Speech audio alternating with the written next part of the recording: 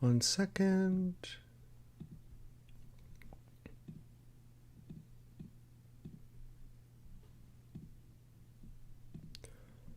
Sorry, viewers, one second. Just making sure I have everything good to go. Okay, welcome back, everybody, to another watch party, another live stream here on the formulajonah YouTube channel. It's good to be back, and we're here for the season finale, Motul Petit Le Mans at Michelin Raceway Road, Atlanta in Georgia. This is going to be an epic race. And for this one, I'm joined by a very special guest, George from Racing Clips and Pics over on Instagram. And yeah, George, thank you so much for joining me here on this live stream, and welcome to the first time we're doing this. And I hope we have a lot of fun. No problem. Yeah. Sorry, my having issues with my what's the word? Oh, webcam. All good. So just gonna be audio this weekend. Fun to be glad to be here. Actually, I think it's my first IMSA race I've watched fully since like Watkins Glen. I've been so busy lately, but I've still been catching up. And hopefully tonight or today is going to be a banger of a race. Yeah, I hope so too. You know, it's going to be an epic one here at Petit Le Mans, and I'm glad that you're joining me for this one. And hopefully we can get you here for more streams in the future as well. But viewers, yes. Thank you to everybody who's joined so far. We're going to get a lot of people coming in for this watch party as me and George cover Petit Le Mans. This is always an epic race. And as an IMSA fan yourself, George, I'm curious to know what your thoughts are on this season finale, because from my interpretation of it, it's always been fun to watch. Yeah, Petit Le Mans is always a great place. Great race, great track in Road Atlanta. I think it's actually one of my favorites in the calendar. A lot of people may not be drawn to it as much compared to like Road America or Indianapolis, Watkins Glen, or even Daytona. But this season it's been interesting. Penske's been dominating, but lately with Acura and BMW getting some wins in, I think today will be kind of just save a hodgepodge of just who's going to be the right strategy, who's going to be performing well at the right time. Over in LMP2, one of my favorites of the race is starting from the back because they've we're having issues in qualifying. And with CrowdStrike Racing, I was in practice they were fast, just qualifying was just a mishap. So I think it's going to be a very interesting race of comers and goers. Agreed. Yeah, and this is always the race where it's the final one for a lot of cars, teams, drivers, etc. And also the start of a new era for motorsports, and that's kind of what it's been for the last couple of years. As it is, of course, the season finale. We have a lot of storylines heading into this race, and viewers, we're going to get going with this event in just about 10 minutes time. Green flag is at 12:10 p.m. local time in, of course, Road Atlanta is based on the Eastern Daylight Time Zone over on the East Coast, so that's 12:10 p.m. EDT. Also, just to let you all know, we do have live data to the left-hand side of your screen, featuring the top 8 cars in GTP, as well as the pole sitters for all 4 classes as well, including the updated LMP2 pole sitters, considering what happened to TDS Racing. But George, real quickly before we kind of get underway, I'm curious to know your thoughts on one specific entry heading into this one that everyone's talking about, and that's the Lamborghini SC63. As we know, this is the last race for it, at least for now. And I'm just curious to know what your thoughts are on this interesting car, this program coming to potentially an end, and what can we expect from this car in this race? The program is started with high hopes. There's a lot of potential. It looked like there's a lot of money being put in the program, but overall, what was going on with Volkswagen and how they're just constantly reshifting, it just seems like whenever they start a program, they run out of money and have to just drop out. So with Lamborghini, I think even if they were dominating, they would have pulled out. But, it's been a roller coaster for them ever since they started the program. It really has. Yeah, it has been a roller coaster, and unfortunately, it's only lasted 2 years, the program. So we hope to see Lamborghini back in the future, but I think that the majority of fans, you and me included, are probably treating this as the swan song for the SC63. Yeah, I wouldn't be surprised if there's someone that comes along and doesn't buy out the team, but just buys out the chassis and just kind of just reworks into their own privateer. Hopefully, I Yep. doubt that'll happen, but I think there's so much with this program. It's such a big flagship program for Lamborghini that I think there'll be someone that will come along and just buy out the intellectual property and run it as hopefully a privateer or anything or something, because you spend so much money in these cars and then they're just going to go to the trash. It's just really unfortunate. Agreed. Yeah, it is really unfortunate. So this will be the last race for the SC63, at least for now, as we're saying. It currently starts 7th on the grid, showed promising pace in qualifying. But yeah, this is going to be a very, very interesting race. A lot of storylines. The championships are up for grabs as well. Maybe we should talk about that a little bit as well. These championships that are going to be decided here at Petit Le Mans. Yeah. Yeah, going into I was looking earlier today at the standings. I'm like, okay, this is a lot more interesting. I had not been paying attention that close. I was like, it just felt like Penske was just like running away with things. But I was looking at it again. I was like, oh, it's closer than I really thought it was. Um, yeah, like just the gap between first and third is barely 100 points. Yeah, true.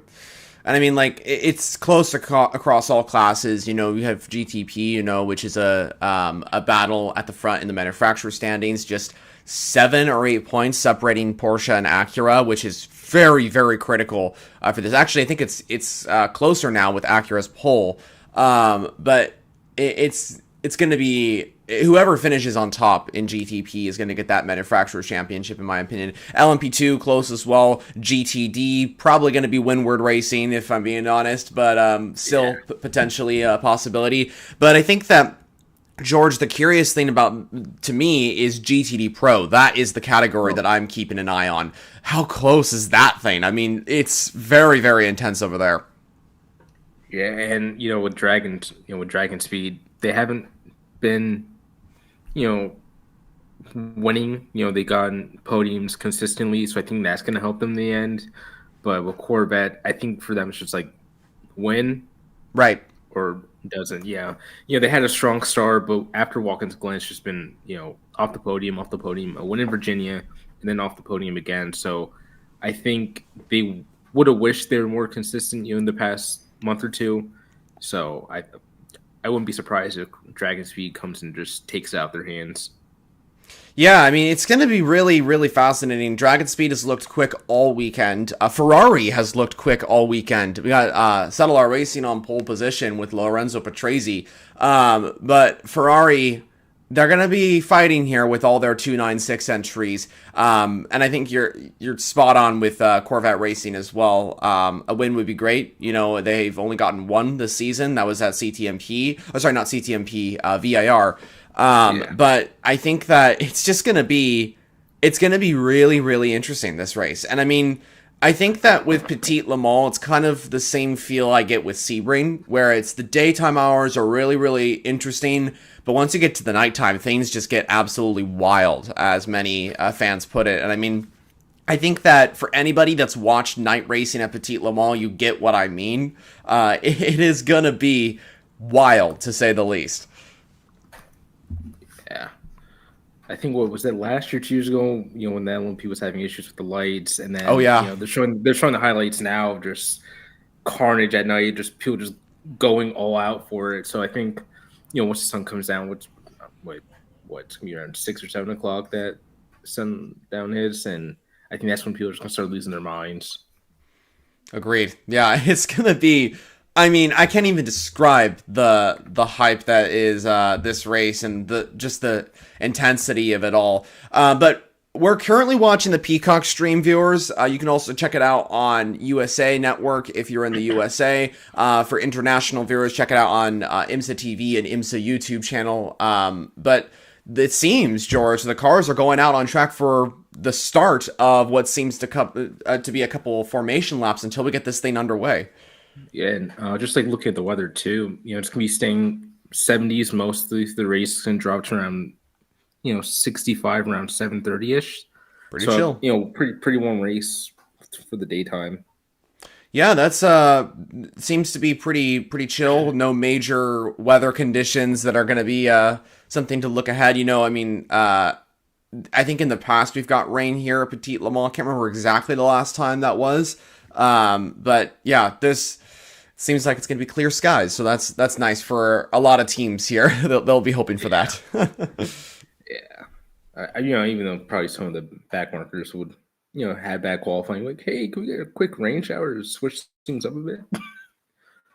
I can see a crowd strike with like a rain machine just doing a rain dance. Like, please, we're starting last. Let's get some rain in here. A lot of those teams starting in the back, they're going to hope for an early caution period or rain or whatever. There's a lot of things to. A lot of factors they're going to be hoping for, at least. So we'll see how it goes. One quick storyline that I'm very curious about, something that I did not expect, was the pace of the Aston Martin Valkyrie. This car is starting 5th on the grid, George, and it was quick in qualifying. It went fastest in practice in the night. It's been having a wonderful weekend, and we know that the Valkyrie does well on roller coaster type tracks. We know that Road Atlanta, of course, is a roller coaster type track, as someone pointed out in the comments below. It really is a roller coaster. But I want to get your thoughts on the Aston, because this Valkyrie, it could be getting its best result in IMSA here at Road Atlanta this weekend. Yeah, I think this weekend's probably looked like their strongest weekend all year, kind of leading up to it. But I still think that the 31 Cadillac might take it all. They were showing pace all weekend. They barely put a foot wrong. I think their lowest position in all the practice sessions was like second or third, right? Yeah, I think so. Yeah, so I think they're still the ones to beat. You never know what Penske and Porsche with what they have cooking up, but I think I think Cadillac might have to. Aston Martin, given this year with how they kind of just came out swinging, I still think they could probably get a podium today, second or third place, in my opinion. I think that could be definitely a possibility as well, but I do agree with you that Cadillac, and specifically that Whelen car, the red entry, could be the car that is going to be the one to beat. It's starting second on the grid with Jack Aiken. But yeah, for me, it's a toss-up between Cadillac and Acura, at least at the top. We've been hearing that Acura and Porsche are quick in the night. And it seems that Aston Martin as well. It's kind of unknown where the Lamborghini is. We have really no idea with this car. It could be really quick or it could be really slow. It's showing promising pace so far. And then we haven't touched on them at all, but BMW, they're starting 9th and 10th. Horrible qualifying for both of those cars. But what about those entries and RLL's final race? What can we expect from them? Yeah, I think with it being the final race, I think they're going to give it their all. But I don't know. I think the top 5 is just solidified with Acura, Cadillac, and Porsche, and Aston Martin too. But I think if something happens, maybe a safety car or just a wild turn of events, I think they have to have a crazy strategy to jump up there. Oh yeah, for sure. It's going to be a really interesting one for BMW, and it's going to be a really interesting one for just any of the GTP entries. Also, watch out for the JDC Miller Porsche as well. It hasn't been quick this season at all, really. Like it's been showing some pace, but it could be a dark horse in this race. Trust me. I think that car could be up there in some time. But George, I think we're about to get this thing underway for this Petit Le Mans event in 2025 as the cars get ready to start this event. Yes, sir. We're talking about JDC too. Hopefully with Porsche upping up, leaving WEC and upping up their IMSA profile, maybe they finally get that Penske data. Right. I feel like they're being very stingy, just how like they are with NASCAR. They don't want to share data unless they own the team. So hopefully next year they'll be able to get some more help. I hope so too. We'll see. We'll see how it goes. But yeah, hopefully they can be fast here and next year as well. But here we go. I think we're about to get underway. The safety car is about to go into the pit lane. The cars are lining up for the 10-hour and final race of the IMSA season. Blomqvist on provisional pole position in the 60 Acura as the cars are about to go green, and we are off and away we go. Green flags at Road Atlanta. It is Acura that leads us away. Great start by Blomqvist. Jack Aiken trying to challenge down to turn 1, but doesn't get the maneuver. The 7 Porsche has moved ahead of Nick Yellowly's 93 Acura into 3rd position. Great start by the number 7. I don't know exactly who's driving at that stage. Also, great start for the 25 BMW. Already moving past the Lamborghini. Over in GTD and GTD Pro, very good start for the majority of these cars. No incidents so far. It is the BMW, the number 48 car, which started on pole position, currently in the lead, but there's a move here for 2nd position. Lexus versus Corvette as we head into the S's, and that is the number 4 car that's just going to squeeze past. Into 2nd place goes the number 4 Pratt Miller entry ahead of the number 14 Vassar Sullivan Lexus. Great start across both classes. Oh, and there's contact! There's major contact in the back of the field! Oh no! That's big. That's big. Huge, wow. Huge. That's the 34 Ferrari, the 70 Ferrari, the number 66 Ford. Major damage on all 3 of those cars. This might be game over for all 3. Wow. That's a tough way to start. You would think they would be more conservative at the start, but I think there's such a push to get positions early. Track position is very important. I think someone got desperate. Someone did, yeah. Oh, and the Magnus Racing entry. I don't know if you're seeing this on your screen, George, but that car, that car is sparking. It's destroyed. Is that suspension damage, or is that just the wheel off? That looks like suspension damage to me. Oh, wow. Even you see the grading car got destroyed also with the Mustang. Mm-hmm. Really was. That's like 4 or 5 cars involved in that incident. Yeah, that's big. And so early race, it doesn't really change up their strategy too much. Right. It's just unfortunate. Oh, Joey Hand. I feel that sucks. What a great guy. We got to talk to him in Daytona earlier this year, and that team, it's unfortunate. Ooh, we're just seeing a replay of the incident. And yeah, poor Joey Hand just got caught up in that incident. I think it was triggered by the 34 Ferrari spinning around or something. And then the 70 just went right into that Ferrari. The 66 collides with the Magnus. It was just I think, it looked like, going up the hill, the car gets very uneasy heading into that left-hander. So I think he was fighting the right rear of the car and just ended up just going around on him. Oh, so unfortunate for Joey. So unfortunate for all these cars. 4 entries involved in this. The Magnus Racing. Massive. Yeah, it really was. That was crazy. Oh, no, he got in the bump, which himself. Okay, he hit the curb trying to set him up for the left-hander at the top of the hill, and he took too much curb and just lost the right rear. Oh, that is so unfortunate. That is so unfortunate. We're seeing an onboard of the 70 Inception Ferrari now just to kind of take a look, and it just went straight into the 34. I think both of those cars are done. I think the 66 is done, and I think the Magnus Racing Aston is also done. Heartbreak for all those teams if that's the case. Yeah, that was huge. Really was huge. Would you say that's one of the biggest incidents we've had this season? I would say so. I think because it just, you can't hide. Like, there's nowhere else to go there. It was such a narrow part of the track. I think I'm surprised more didn't get caught up into it. Agreed. I mean, a lot of cars escaped it. I saw the 12 Lexus going around and was able to somehow get ahead and stay ahead. But yeah, that's just. It's heartbreaking for all those entries that were involved in that fight. That's like 5 cars that could be out of the race because of the incident for the 34. Yeah.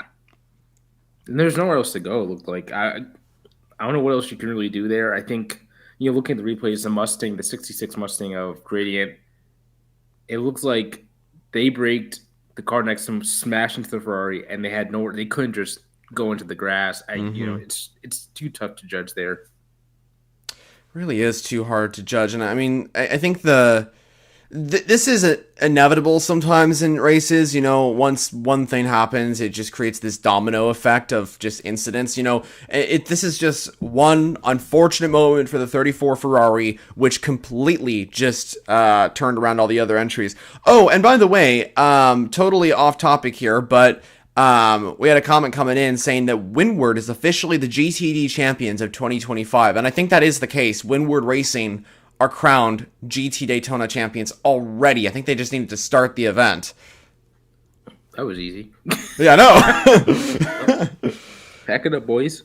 Yeah, that's it. Well, nope, we can just party from now on. That was really easy. This reminds me of what, I don't know if maybe I'm mistaken on this, but do you remember back 2 years ago? I think it was the 14 Lexus, the Vassar Sullivan entry. I think they had the similar thing. They just needed to start the race and they would be champions. Yeah, start and park. Yeah. I think I remember them celebrating like midway through the race or something like that. I don't remember what it was, but it was hilarious. So caution out at Motul Petit Le Mans for the 2025 edition. Already a major incident in this event. Gradient Racing, Inception Racing, I believe the Magnus Racing Aston Martin, the Wayne Taylor Racing Lamborghini, and of course the car that started it all, the Conquest Racing 296, the 34 entry, caused a major incident at the track. And we're seeing the first just unfortunate issue for the Magnus Racing car. It is stopped out on track. I think, George, unfortunately, that Magnus Racing entry is done. I think that might be it. It looked like they're trying to get back to the pitch by any way possible. It's just impossible at that with what they're doing with damage-wise. It looked like the right front suspension was just cooked. I don't know what they hit, but... Oh, they hit we're just seeing the replay, they hit the gradient forward. So the Magnus hit the gradient, yeah. Oh, yeah, you got hip checked right into it. Yeah. Because I saw him go in the grass, I was like, wait, what? But yeah, that's not looking good.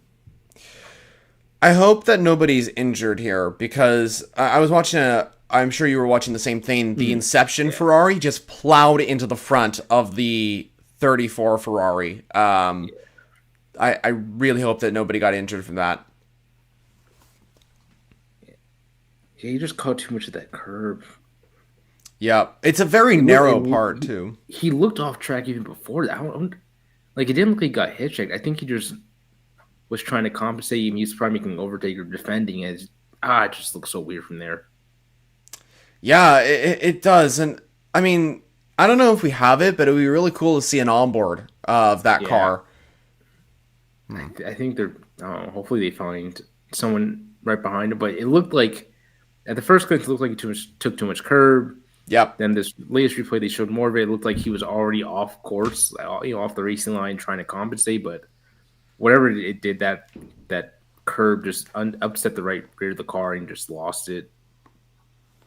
Yeah, it really did. And it's just it just goes to show that one little tiny mistake such as that can have such big implications on events and just like cars around it. This is one car that spun, which caused the end for so many other cars. And you know what, George, I was just thinking, this just catch my eye. One of the big battles in this race is the fight for the Bob Aitken Award, the invite, which gets you the 24 Hours of Le Mans entry, auto invite at least. The battle was between Inception Racing and AWA. Inception Racing seems to be done, their race done. AWA should be going to Le Mans next year if this is the case. Yeah, if it is the case, I think it'd be bittersweet for them. I think they would rather battle for on the track rather than just being gifted because of a lap one wreck. But, gotta take advantage of what's given to you. True, indeed. But, yeah, it is unfortunate. And viewers, we should be having a little bit more of this caution period. I know that IMSA and the officials and all the track marshals and all the The safety crews are just doing a wonderful job to get this thing done, cleaned up, and as fast as possible, so we can get this race back underway. We still haven't had an official green lap of racing yet, but it was a very good start from Acura, Tom Blomqvist. No change at the front. The top 3 cars are pretty good, I think. The number 7 Porsche, great start from that car as well. Yeah, I think it was just kind of referring back to the crash. I feel like it was strategy. Hopefully, it'll change some things up. I think some teams would rather that would happen later in the race, but I think some people were able to take advantage of the crash and move up before the safety car came out. But it'll be interesting to see how this affects the pit strategy later on when they go green. Yeah, agreed. It's going to be interesting for sure. I could see a few teams, maybe in GTP or whatever, diving into the pits for an early stop to refuel and get more energy and all that sort of thing.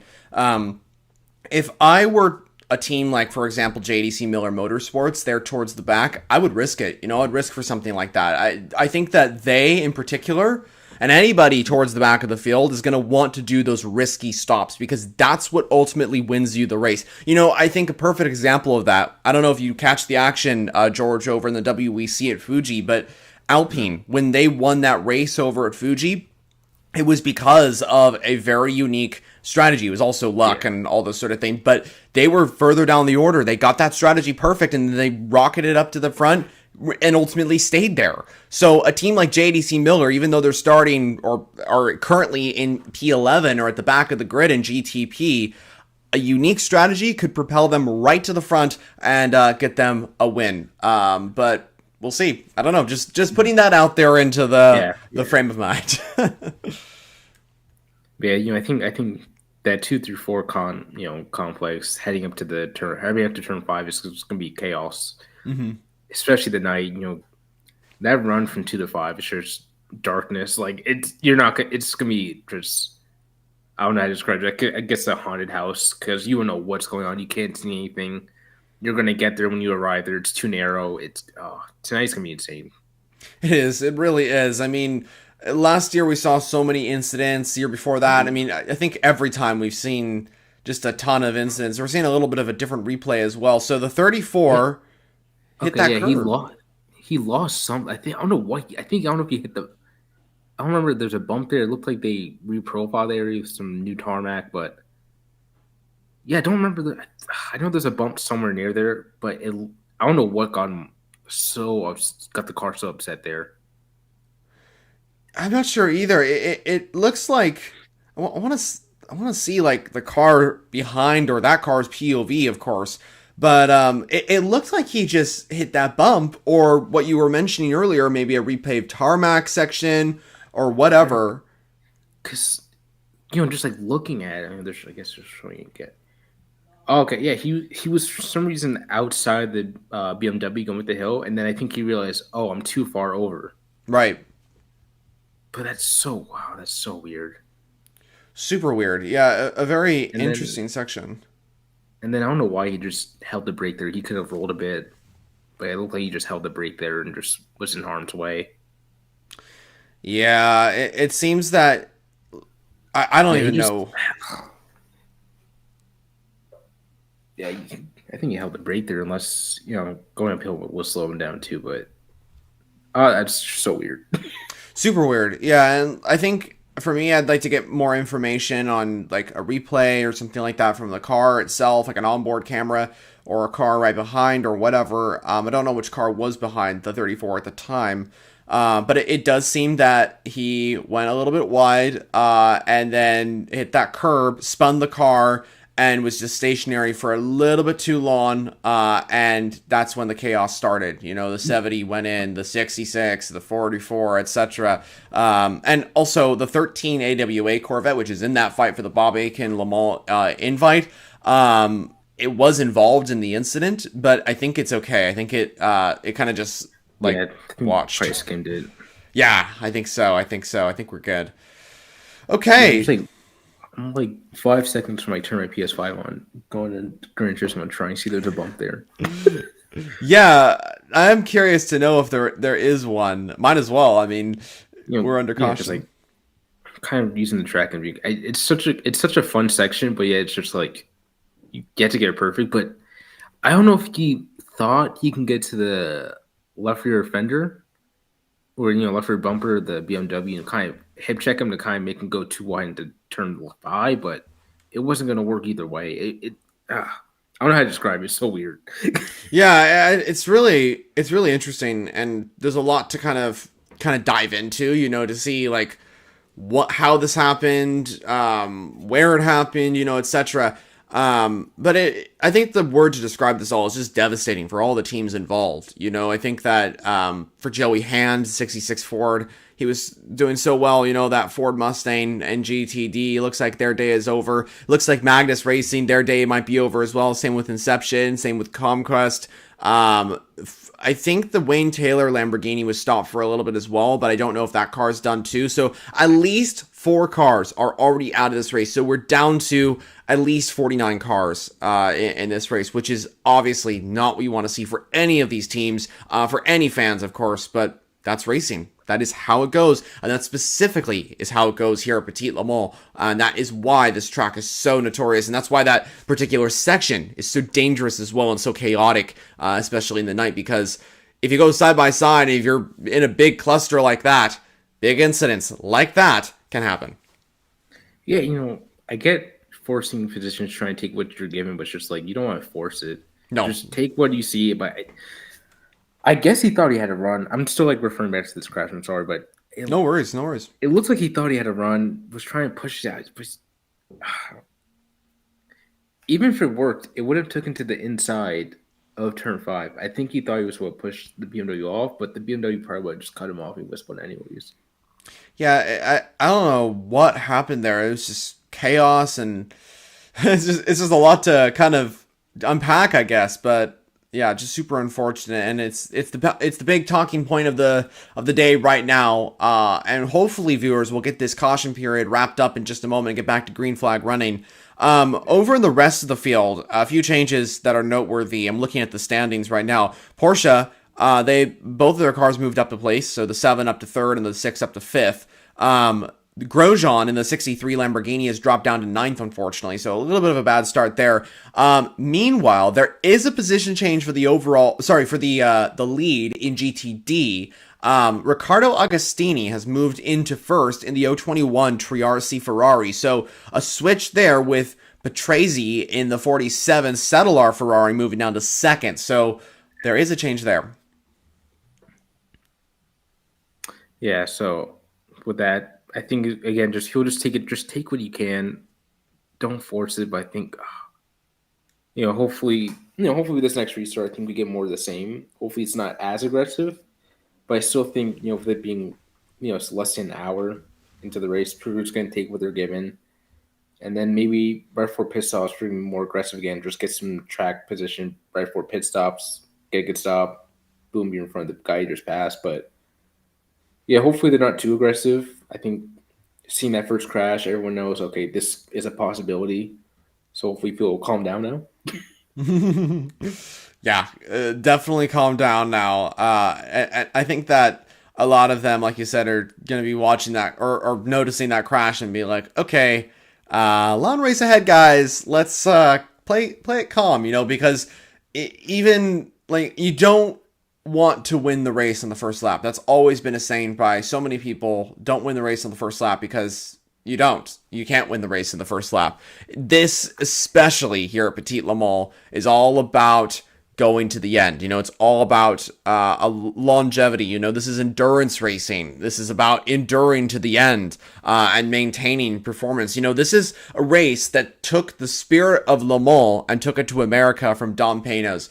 And this is exactly what the drivers will keep in mind. And to be honest, in the night here at Petit Le Mans, I think it is more intense and more chaotic than the 24 hours of Le Mans, because the thing with this event is that even though it is small Le Mans, it is big in the grand scheme of things, with this being such an iconic race and so entertaining as well. But enough of me talking. I'm just waffling all about. We have racing back underway. Yep, and it looks like sunset time is going to be 6:52 local time. Okay, so that means that we have, what is it, 4 hours of darkness? Yeah, Probably three or something like four that. hours. Yeah, 3 or 4 hours of just pure darkness. Wow. Well, we'll see how that goes. We'll see who gets to the end at that point. But we have racing back underway. Blomqvist leads the field once again as green flags are waved at Michelin Raceway Road, Atlanta. Blomqvist Oh. leads from... Hey, kid, did you see that? I think I know what Yes. you're reacting to. Ooh. They're gonna make it okay. Everyone's spread up and going up the hill. That's great.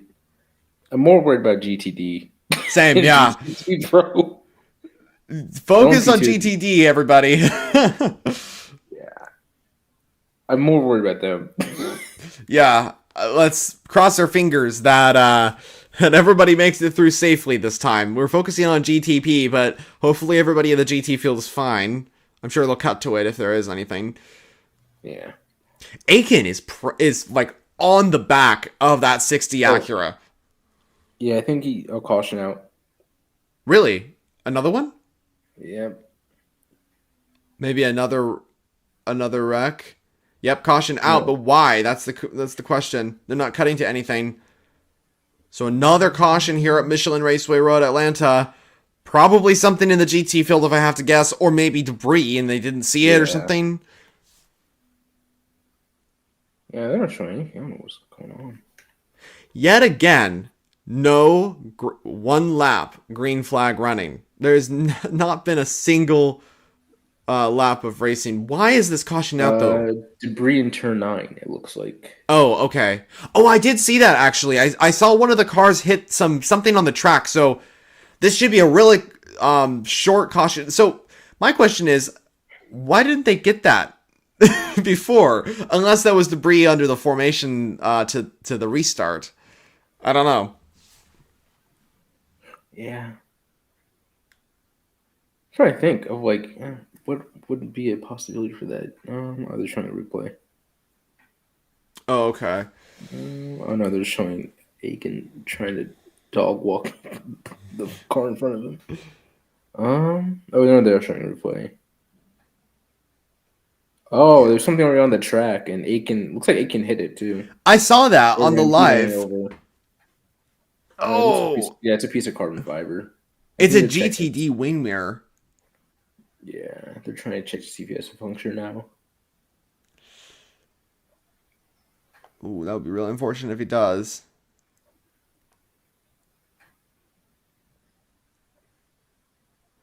You could see Aiken on the onboard that we just watched of him just like jerking the steering wheel a little bit to the right to try and get away from that mirror, but it was too close to him. So, oh, and we found out what the mirror is from. It's the 21 AF Corsa Ferrari. So that's where the mirror is from. Yikes.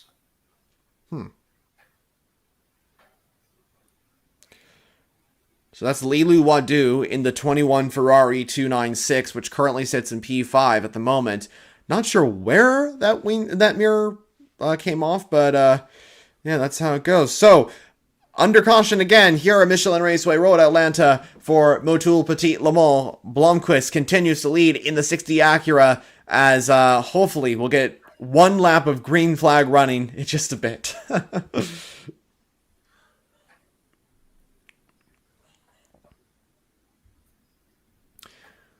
What is everyone's thoughts on the race? Let me know down in the comments below. We'd love to hear your thoughts. Put them down in the comments. We've had a lot of people tune into the stream. Thank you so much. But yeah, it's been an action-packed event for sure. That's so far.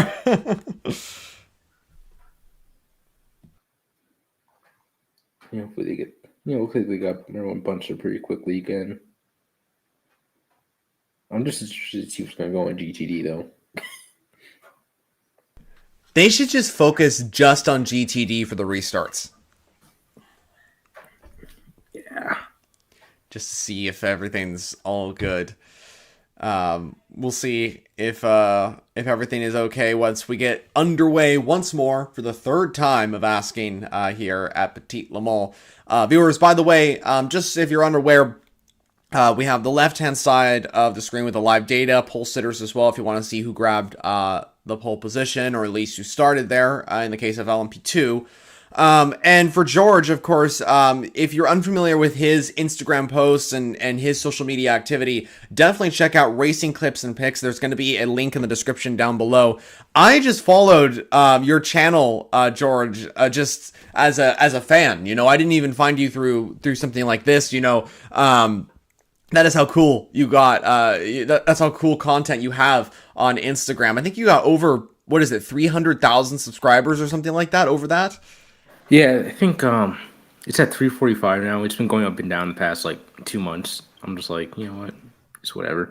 But yeah, I think it all started because when I was at work a couple years ago, I got really bored because I had nothing to do. So it's like randomly just like post videos, and I think like I forgot. I think it was like a video of like Travis Pastrana that blew up, and then I was like, oh, guess it became a thing now. So yeah, now we expand to a website. We're working on some stuff for 2026, including a F1 style podcast from Cassie, one of our writers. She's from Australia, so she's gonna do some stuff. And also on the website, if you know some of you guys are NASCAR fans and know Marcus Ambrose, we're actually having his daughter, who's a racer. She's gonna have a guest blog and just do monthly updates on how her career's going. Wow, that's really cool. And viewers, again, check out the website, the Instagram, all those sort of details in the description down below. I'll put links to that in just a bit, and you can follow. Wow, got some pit stops early.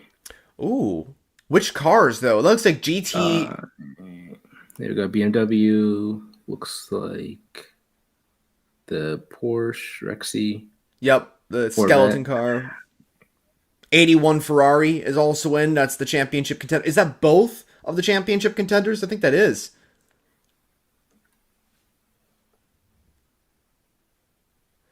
Cole saying in the comments. Oh, go ahead. Sorry. Yeah, I think this is more of just a strategy thing. Just try and get whatever you can. Oh, the traffic jam. Oh, yeah, there is. Quick splash and dash. Oh, yeah, this traffic jam is not okay. Is pit road closed or something? I can't tell. It is. Yeah, it's the red lights on pit lane. Why? Oh, did the Corvette's kind of jump in there? Yep, we got in. Okay, then we're good with that. All things are good. So yeah, we got some more. Looks like GTD, some pitting. Vassar Sullivan got a pit stop into. Pole sitter for GTD is in as well. Settle Our Racing Ferraris. Lorenzo Patrese, son of former F1 Williams driver Riccardo Patrese, of course. Also, George, I don't know if you noticed this, but I just noticed the Forte Lamborghini. That's that blue car. It's got like tape over the front headlight. One of the front headlights. Did you see that? Yeah. It looks like. Yeah, it looks like they put some bare bond. Looks like to stick some stuff together. I don't know if they got I don't know how damaged they were if they got caught up in the first lap incident, but it looks like they put some bare bond on to stick the fender to the car. It looked like. Interesting. I wonder why. Maybe it was because of that incident at the start. They were involved too. I don't know. Well, Cole mentioned in the comments below, Highway 53 was jammed getting into Road Atlanta. So traffic, not just on the racetrack, but in the roads to Road Atlanta as well, it seems. Yeah, I mean, it's a busy weekend. It's a busy weekend across just everywhere across the world, I guess. Yeah. Especially here in Georgia with Road Atlanta playing host to the season finale, of course, as it always does. Yeah. Hopefully we get green, get some racing in. Let's not have another yellow for like another couple hours. Yeah, I know that would be horrible. I don't want to be having the same experience that I had with Lone Star Le Mans when it was yellow. You were there, I think, right at the event for Lone Star Le Mans. We had Kyler there. He was taking some pictures and did actually review on the website.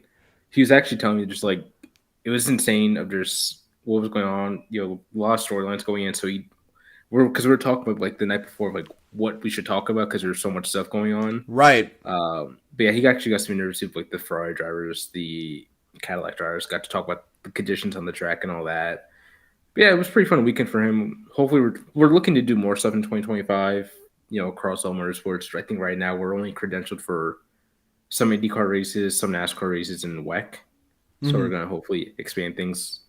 Fingers crossed. Fingers crossed. I hope the same as well for me. I want to be going to more events than just Laguna Seca.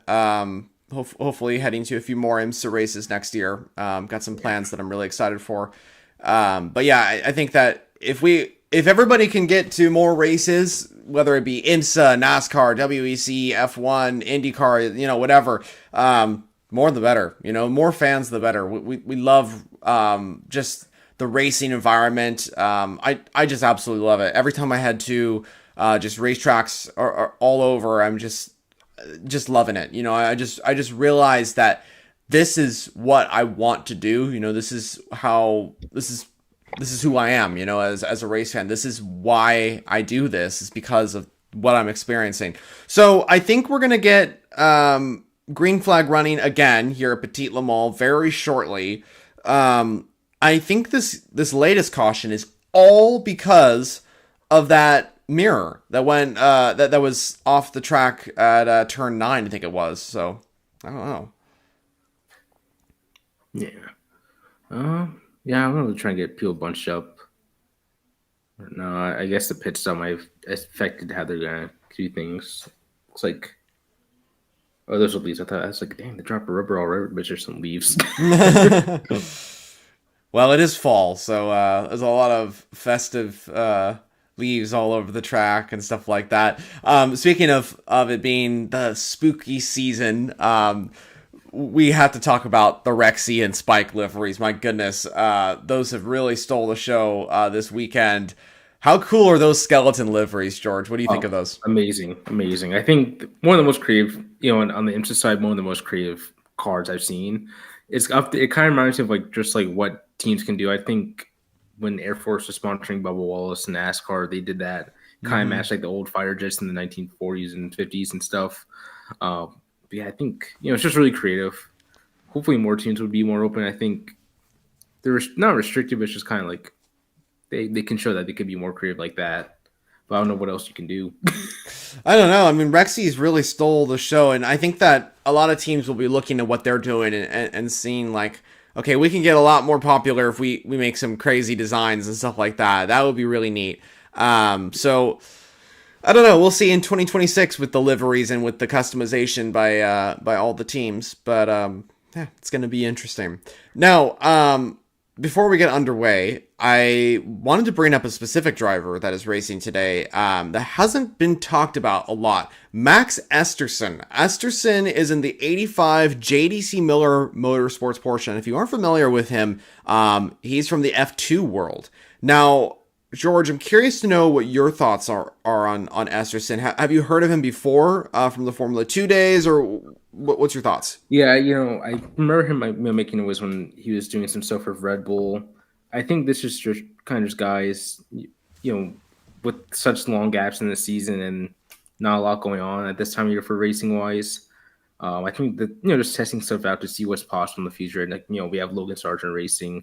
True. Now, so I think IMSA is kind of a place where people test things out. It looks like, since it seems more open than per se WEC or IndyCar and all that. So I think get some seat time in and then see what else is there. I agree, and I mean, for me, it seems that Esterson and other drivers as well, their Formula 2 days and their single seater days may be switching. So hopefully they'll switch to IMSA. Speaking of IMSA, thank you so much to IMSA Official, who's in the chat as well. Really appreciate their support, as always. They say, shout out to formulajonah. Appreciate you guys watching. We love IMSA. We love the content. I'm not just saying that just because, I cover IMSA, but also because it truly is awesome. So thank you so much to IMSA for the support. It's been a very, very action-packed event. Blomqvist continues to lead for Acura, and we should be getting more green flag running in just a bit. But again, thank you so much to IMSA. Really appreciate that. Yeah. So hopefully, if Esterson has a good run out, I think this might be a seat for him next year. I saw him saying that he's calling this a test session. Right. So, maybe next year we'll see him full time. But it's just good for him to explore. So I know F2 was not great for him, being dropped before Baku. So, just exploring some stuff and seeing where he can land next year. Agreed. Yeah. I mean, I'm curious to know what you think about this because there has been speculation that JDC Miller Motorsports may expand to run a second Porsche 963 in IMSA. We know that there are still a few other entries that have yet to been announced. One of those I would expect is Forte Racing that could announce their plans to join, to return to IMSA with their Lamborghini.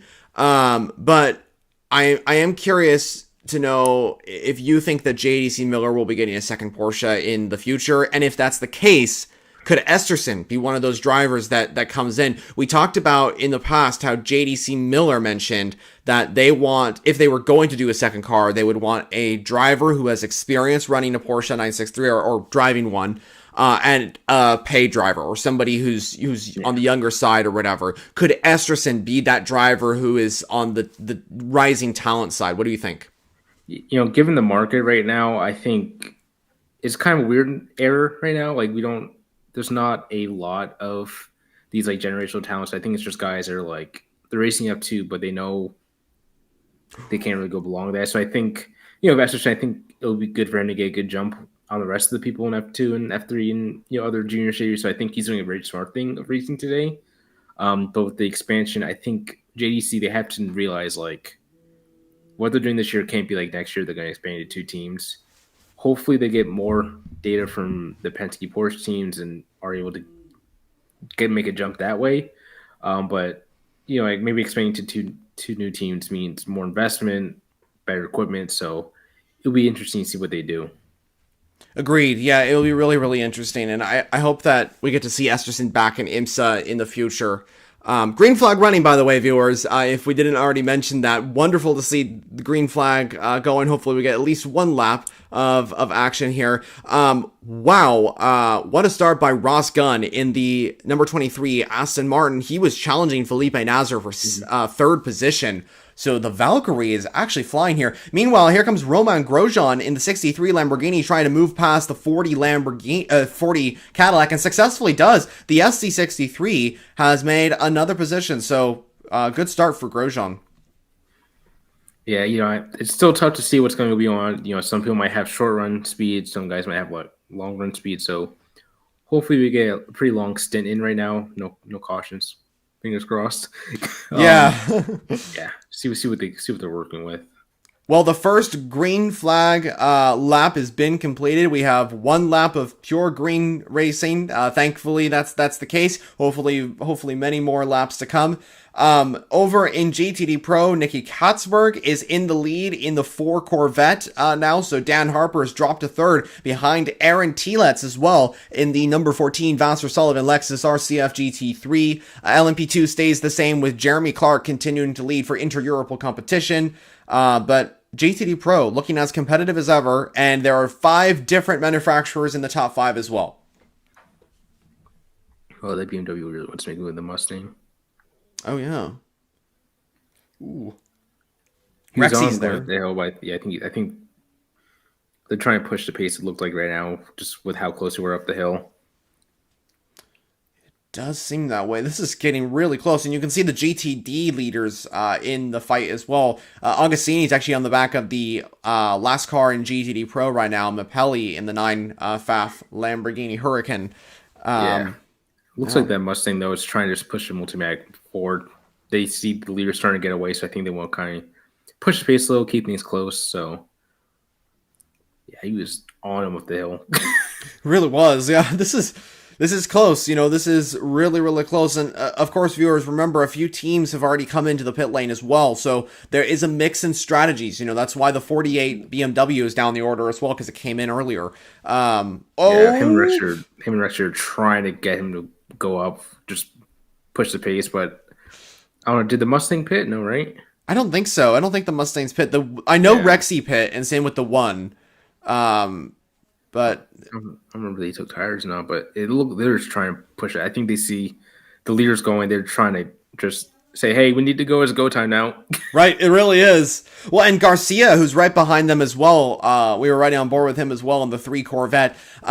He is on the back as well, and he's trying to make sure that these guys stay calm because remember, he's the championship leader. The 3 Corvette wants to win the championship in GTD Pro. Their rivals are right ahead. That's the 65 Ford, and actually no, the 64 is the rivaling car. So Garcia's rivals are the 77 Porsche and the number 81 Ferrari, as well as the 64 Mustang. So Garcia's got to get past those entries if he wants to have a healthy gap to them once the checkered flag flies here at Road Atlanta. But we'll see how that progresses, of course.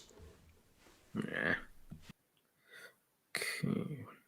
Wish I could show that battle again. It looked like that BMW and Rex was trying, like, hey, we need to go, man. It really was like that. Yeah. I've done that a couple times. Well, Jack Aiken is now 2/10 away from Blomqvist in the number 31 Cadillac. Aiken is flying, looking for back-to-back victories in the Michelin Endurance Cup rounds. The 31, of course, won at Indianapolis last time out, is looking for another win of the season here at Petit Le Mans. This would be a really big result for Action Express Racing if they get the win here. That's a lot of beer bond in that Ferrari. Oh, yeah. That's a lot of beer bond. That is really interesting. Yeah, I think, when it gets to next time, they'll probably cut a hole or something. Probably. I mean, they could technically replace the whole thing, but I don't know if they want to do that. I mean, it's not really worth it. A lot quicker. Yeah. Yeah, a lot quicker. They would lose a lot of time if they, if they had to replace the whole front end, but, yeah, I don't know. Oh, then again, replay again. They'll crash them before. That was just such a weird incident. Really was. Such a weird incident, and it's so unfortunate. We're just commenting on the incident from Lap 1 viewers. It's so unfortunate for all the entries that are involved in that. I mean, it seems that the Ford, the 66, is back in the garage and they're fixing on the car, but can they get it back? I don't know. Yeah, when I saw the car, I thought I was like, oh, that needs a whole new front clip or something. Yeah. It really does. Oh. Is it? Oh, that's it. He can try and push the envelope again. He's pushing now. He really is. He's got the gap down even further. Yeah.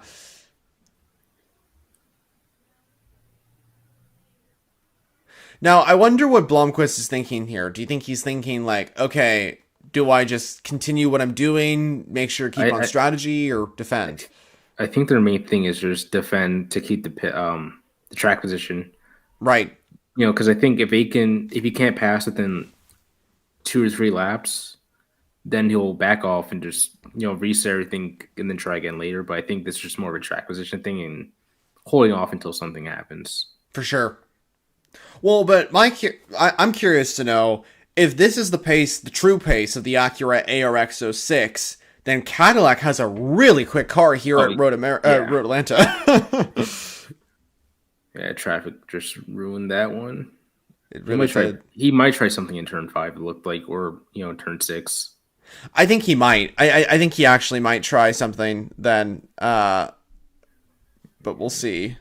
Yeah, you can't get him in turn 5. It's too much traffic. He's gonna try to set for either, turn 6 or set something for the front straight. Mm-hmm. Agreed. Yeah, he'll wait a little bit longer, I think. Also, just to let you all know, viewers, Ross Gunn on the back of Felipe Nasr for 3rd place in the Aston Martin Valkyrie. That Valkyrie is flying. We talked about earlier in the stream that the car was up there, but you mentioned that the Valkyrie could finish in 3rd, maybe 2nd or something like that. That prediction so far seems to be right on point. They are in the fight for a podium. Yeah, I'm just entranced with this Cadillac trying to find a way of what he can do. Same, honestly. I'm just like trying to see like, okay, what works, because this is all about traffic right here, and we know that traffic is critical here at Petit Le Mans, George. So if Aiken can pick his line perfect, then he's got an opportunity to get past. Yeah, I think with the traffic right now, I think he might just bail and just save the tires. But I think there's too much traffic coming with not enough space. Mm-hmm. So I think he missed his chance. What was that, 2 or 3 laps ago? Well, he's dropped back a little bit from Blomqvist compared to even just a lap ago. And also, viewers, just to point out, Acura is currently leading the Manufacturers' Championship ahead of Porsche. So Porsche need to get a move on if they're going to win this, if they're going to win all three championships, the drivers, the teams, and the manufacturers, because right now Acura's got it. And this would be their first championship since 2022 in IMSA. It's only been 3 years. Good to get back on top. And in the GTP era as well, you know, the last time, of course, was in DPI at this track when they took the win with the MSR entry. And just to point out as well, this is an interesting fact. And George, let me know what you think about this as we kind of keep our eye on this closing battle between the front two cars. Meyer Shank Racing have never lost a win here at Petit Le Mans since 2022. They've won in 2022, 2023, and last year they didn't compete, and they've won every time they have raced at Petit Le Mans since 2022. That's pretty impressive stats right there. Yeah, I think Michael Shank loves this track so much. I think that program, they've been, you know, I know they left for a couple years. They're kind of on and off, but that program just loves this track so much. Michael Shank's built a really great organization. It was actually kind of fun. I'm actually in the middle of like writing a quick like summary of what the team is, and I was looking at the records. I was like, wow, they are unstoppable here. They really are. Yeah, they are truly unstoppable. I mean, you have to go back to 2021 when they didn't win, and that was when Mazda took the victory. Another Japanese brand, of course. But wow, Jack Aitken is absolutely flying right now. He's gotten closer to Blomqvist. They're weaving through this traffic. And it is getting really intense here at Road Atlanta. And we still haven't gotten to the point where it gets even better, because this is only the early stages. We still haven't even gotten to the night period yet. That's how crazy this race is. Yeah, so I think that they're just trying to survive this little stint. At least make it to the first pit stop to survive the stint. But if they can make position, I think Aiken's going to try to push something. Hopefully he doesn't overdo it and just, you know, says, okay, I'll back out, no worries. Or if he makes a pass, I'll be very intrigued to see how he does this. Me too. I'm very curious to see what Aiken is going to be doing here with this Acura right up front. And then we of course have that battle with the Cadillacs. The Aston Martin and the Porsche for third as well.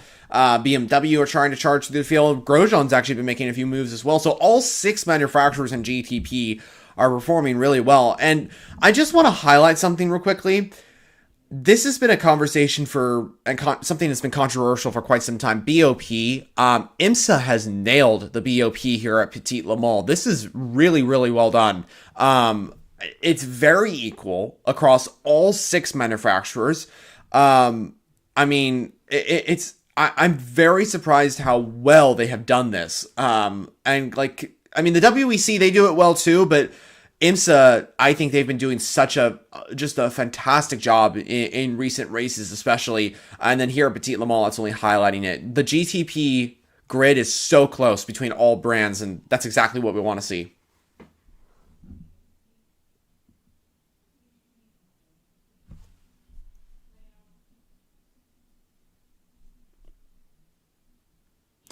Okay, so we've reached more than an hour into this race. So that's been, I think it's more than an hour. No, a little bit less than an hour actually. But yeah, this is definitely been an intense race. It's definitely been exciting. Also, we had a comment coming in saying, what does BOP stand for? Balance of Performance. That's what it stands for. BOP.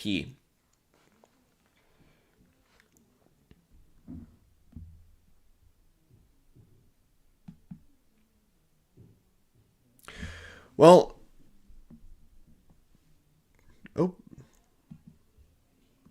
let's see here.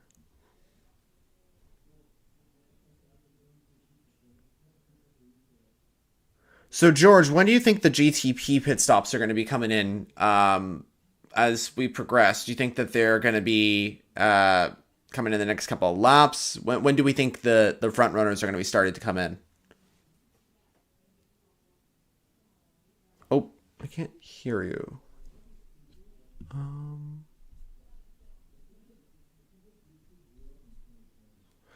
You might be muted on my end or something. Okay. Well, maybe George went to go get something or something like that. But yeah, right now I can't hear him for some reason. Hold on a second. Make sure everything's all good on my end.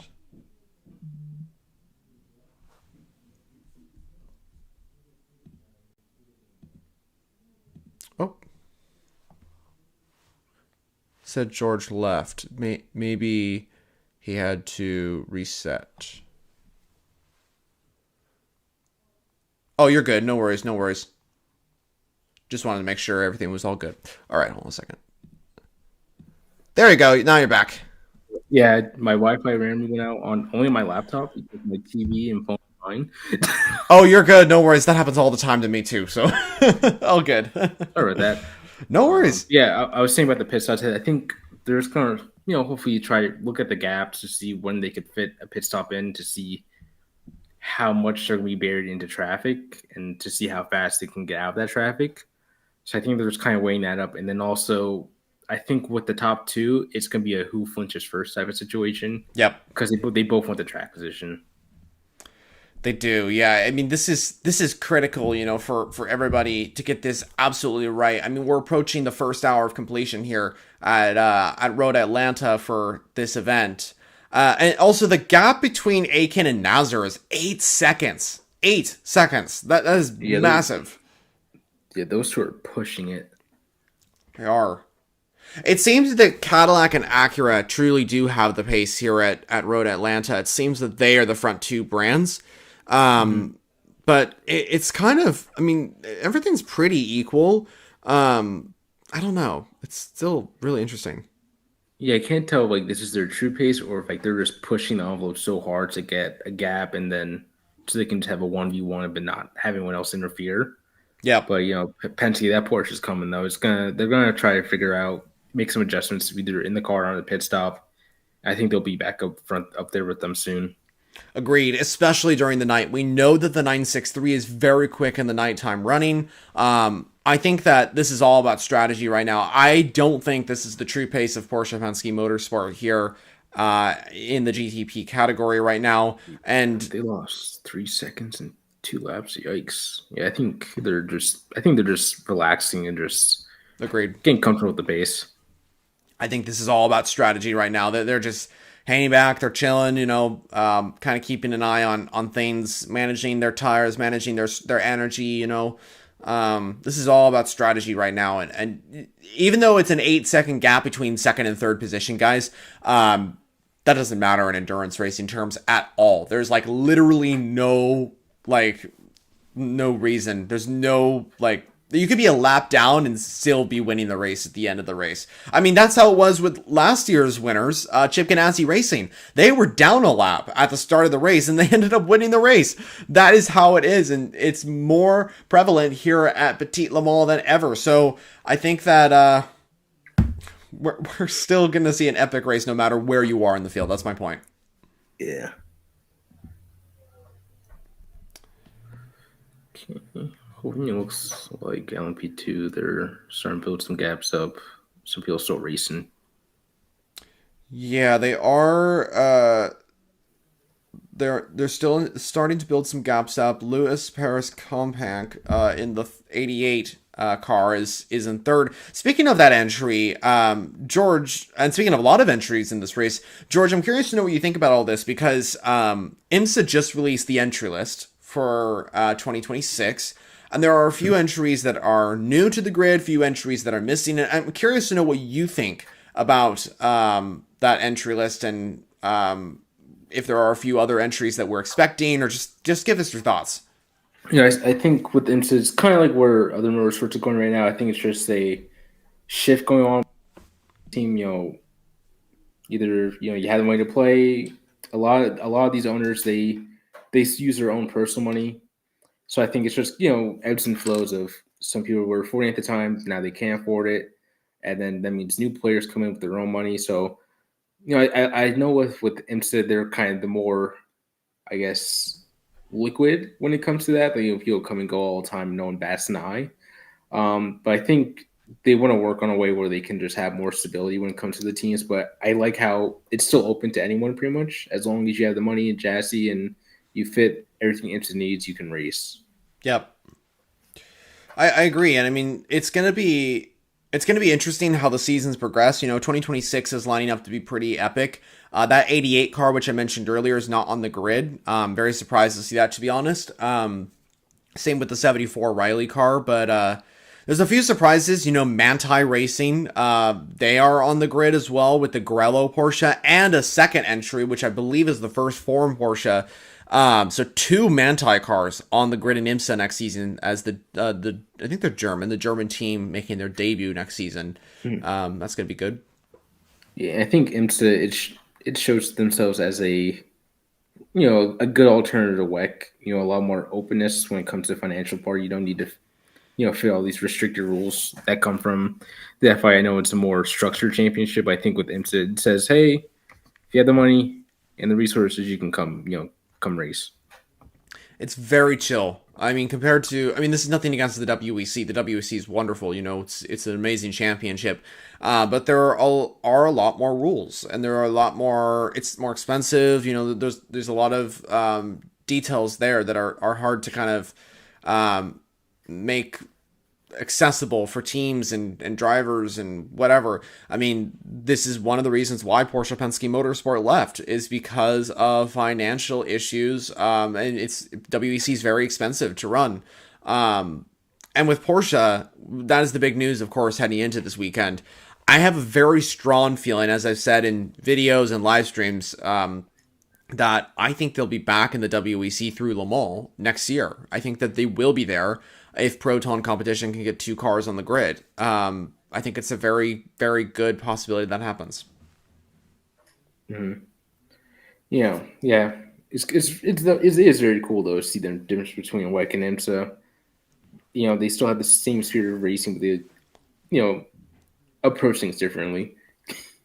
Yeah, there's a difference, and I think that it's wonderful to have both. There's not just one championship, there's two, and two that are very different, one that's North America based, one that's global, and I think that they're both fantastic championships that have prestigious races like Petit Le Mans, like the 24 Hours of Le Mans, like Daytona, etc.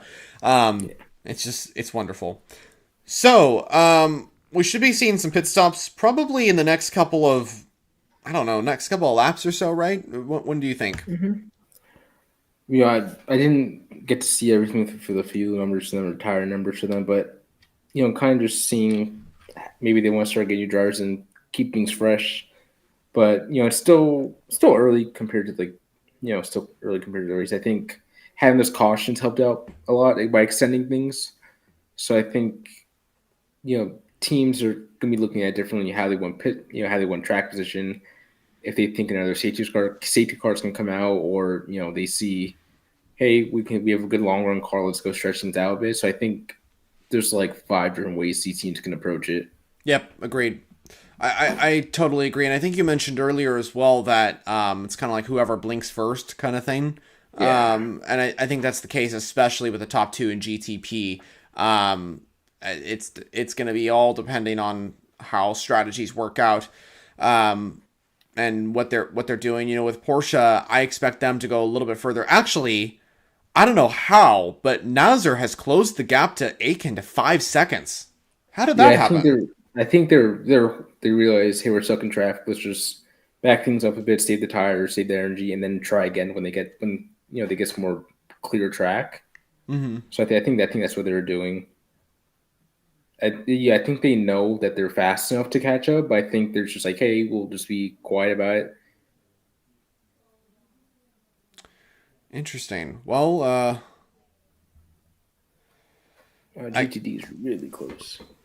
Yeah, GTD is really, really close. I'm very curious to see how this is getting on. This is really, really intense. I was just seeing a car going past there, a faster prototype that was, but yeah, this is getting really, really close. Kenton Cook and Agostini, both Triarci cars, are in first and second position, 021 and 023. And the gap is really close between those two cars. This is a been a brilliant weekend so far for Tree RC. Yeah, great weekend for them too. I think everyone's trying to go out with the bang, finale. So hopefully we'll see more great racing and no one gets too desperate. But so far things have been very clean compared to the first 30 minutes of the race. So yeah, they have been very clean. No major incidents, no cautions. I hope, knock on wood. But it's been pretty good so far. Pretty intense racing, and remember, viewers, at this point in the race, and for the next, I would say 3 hours or so, we're going to be seeing this stage of like strategy games coming into play. You know, during the majority of the daytime hours from this point onward, we're going to see strategies all being critical as the GTP cars are making their way through the GT traffic. It is just wonderful to see this multi-class racing element still be in effect. But Acura versus Cadillac at the front. I'm curious to know what the gaps are now in GTP between these cars and the Porsche and Acura behind. Sorry, the Porsche and Aston Martin behind. Yeah. I'm not really sure on my screen, but yeah, I'm guessing they're not showing their things have spread out a bit, but I think that means the Porsche and Aston Martin is like, hey, we can turn things up now. We've already saved a bit. Let's go get up there, get some track position. Yeah, I think so too. I mean, it seems that Nasr closed the gap, or at least those other cars fell back a little bit. Mm-hmm. And I think that, like I said earlier, and like you said earlier, Porsche are going to, this is not really like the true pace of Porsche. I think that they're going to be a little faster later on. And that Valkyrie, somehow, this track is suiting this car really, really well. Yeah. The BOP is suiting this car really well. This race has been absolutely fantastic for the Valkyrie so far. Meanwhile, there is an intense battle for P5 right now. Number 10 Cadillac versus the number 93 Acura. And the number 6 Porsche is in that fight as well. So that's the championship leader in GTP. There's the BMWs. You know, I think there are so many cars they're in this fight for P5 as well that IMSA hasn't focused on specifically up until this point, really. But it's pretty intense. Yeah, I think, with fifth back was going to be a battle. I think that fight for P5 to like P8, which P10, just 5th to 10th is going to be insane. I think the top four is already solidified right now. The Porsche, they gained 2 seconds only in the past couple minutes. But yeah, I think it's just, it looks so hard to pass for these guys that I think for the top two, at least, that Cadillac is hoping, that they pick second so they can get some clear track and then push overtake. But it looks so hard to pass today for those two guys. It really does. Yeah, this traffic is really, really proving to be difficult for the GTP cars. And this is true multi-class racing, because what we were seeing, I think it was on the previous lap, was LMP2 cars, GT cars, and GTP cars. I think we're actually still seeing this, all in the mix here for this crazy, crazy battle that's going on right now. This is just absolutely insane from what we're saying. Yeah. It's you can't hide this track. No. It's so narrow, you can't hide anywhere. You really can't. You have to be on constant alert. If I was a GT car, I would be like, okay, where's the prototypes? Where's the LMP2s? Where's the GTs? Where's my battle? It's like constant that. I think there are some of the drivers that are, that GTD battle were proud, were happy that the LMPs came up, or GTPs came up to get the Mustang to get out the way so they can move up. Because I saw Rex Theory made the pass. He's like, hey, when you get out of here. Right, yeah. 53 cars and only 20 cars per mile. Yeah, this is that is an interesting stat, actually. Huh. Yeah, you can't, especially up the hill. It just gets so narrow and so one lane that they can't do anything. Then coming down the hill is only like one lane in the following turn. It's so hard to get a run. Oh, it took me down. Sorry. No worries. There's so much going on. There is so much going on. Yeah, and that's an understandable reaction for sure. It is so intense right now, and Aiken is just on the back of that Acura. I think my stream is like a few seconds behind yours, so I apologize if I'm... Oh, you're right. Okay. But the 60 Acura continues to lead. And you were mentioning earlier, I didn't get a chance to comment on that, it becomes, some of the track becomes like a 1-lane section, you know, where it's like only one car can fit in a particular section. And for GTP cars, they're like stuck in the GT traffic and they're like, I'm losing like 3 seconds to the cars ahead. Let me through, let me through, let me through. And so it's like, it's crazy, you know. I mean, for example, Albuquerque is now 12 seconds behind the leaders. And that is probably because of this crazy just 1-lane traffic, GTP, LMP2, GT, multi-chaos, crazy chaos. That's what I can really describe it by. I think Aikens can start attacking now. I think they have some clear track, so I think he's going to put a quick attack on now. Yeah, I agree. He's on the back of Blomqvist. He's just right there, and he's going to be flying. Yeah, I think they're not in that crazy GTD battle that's going on up the hill. So I think they're just trying to he's like, okay, this is my time. If this is Aikens' time. They'll just draw back again. Yeah. They were stuck by an LMP2 car just a moment ago on the turn 1, I think it was. But the only other car that I think there's only 2 cars in this train. There's a GT and an LMP2 that they were having trouble getting past. Actually, I think the LMP2 car that they passed was was Jeremy Clark, the leader in LMP2, the 43. I'm not sure what the other GT car is, but yeah, this is Aikens' time, as you mentioned. You know, this is his time to pounce, and he's on the back of Acura's Tom Blomqvist. And right now, considering the pace that he has, and considering the strategy that he's playing right now, he's only going to be losing time behind Tom Blomqvist. So he has to start pushing. He has to start pushing to get past. Looks like Lawrence Van Thor is going to be doing a double shift 2 today. Oof. Yeah, Julian Lauer is not racing today, so Van Thor should jump into both cars now. Really, I didn't know that. What happened to Anlauer? I just saw the alert for that. I guess an hour ago they announced some kind of medical emergency. So oh no, I hope Julian's okay. He was planned to drive in the 6 Porsche. I think he was in that car for a little bit. But that is unfortunate. But Lawrence Vantor will be teaming up with his co-pilot over in IMSA.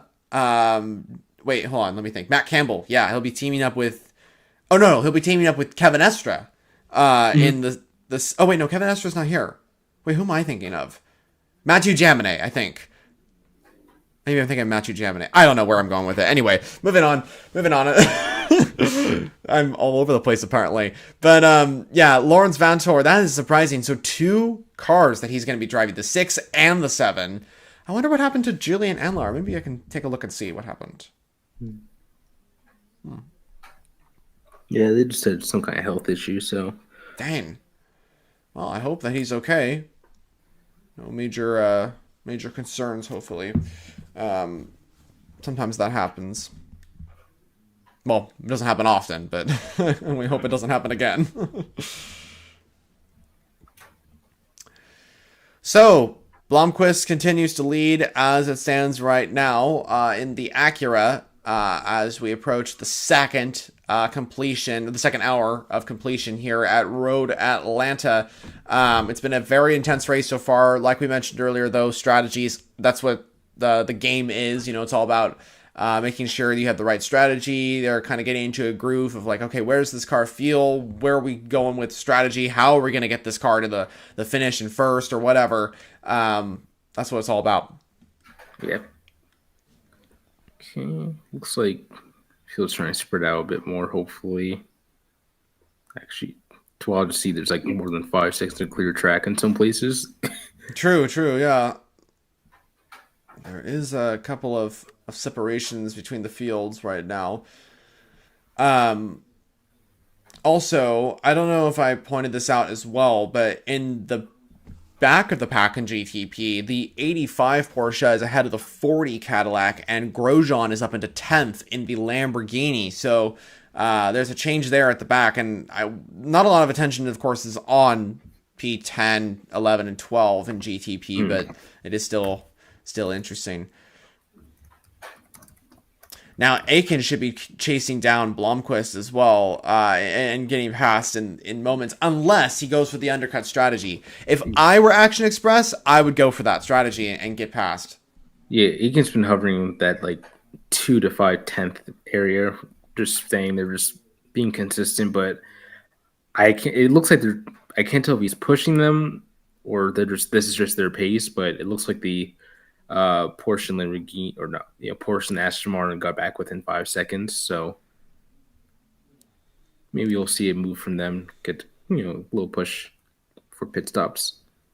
Yeah, it's going to be interesting to see once the pit stops kind of come around for the GTP cars. I think that it's still going to be pretty intense here at Road Atlanta. We're going to be seeing those pit stops, and that's the key factor that is going to be very, very fascinating. Also, just want to point out as well, because IMSA has been focusing on this car in the last couple of moments. Stephen Thomas in the 11 TDS racing car qualified on pole. That car got disqualified, so it moved behind the CrowdStrike Racing LMP2, which we talked about a little bit earlier on.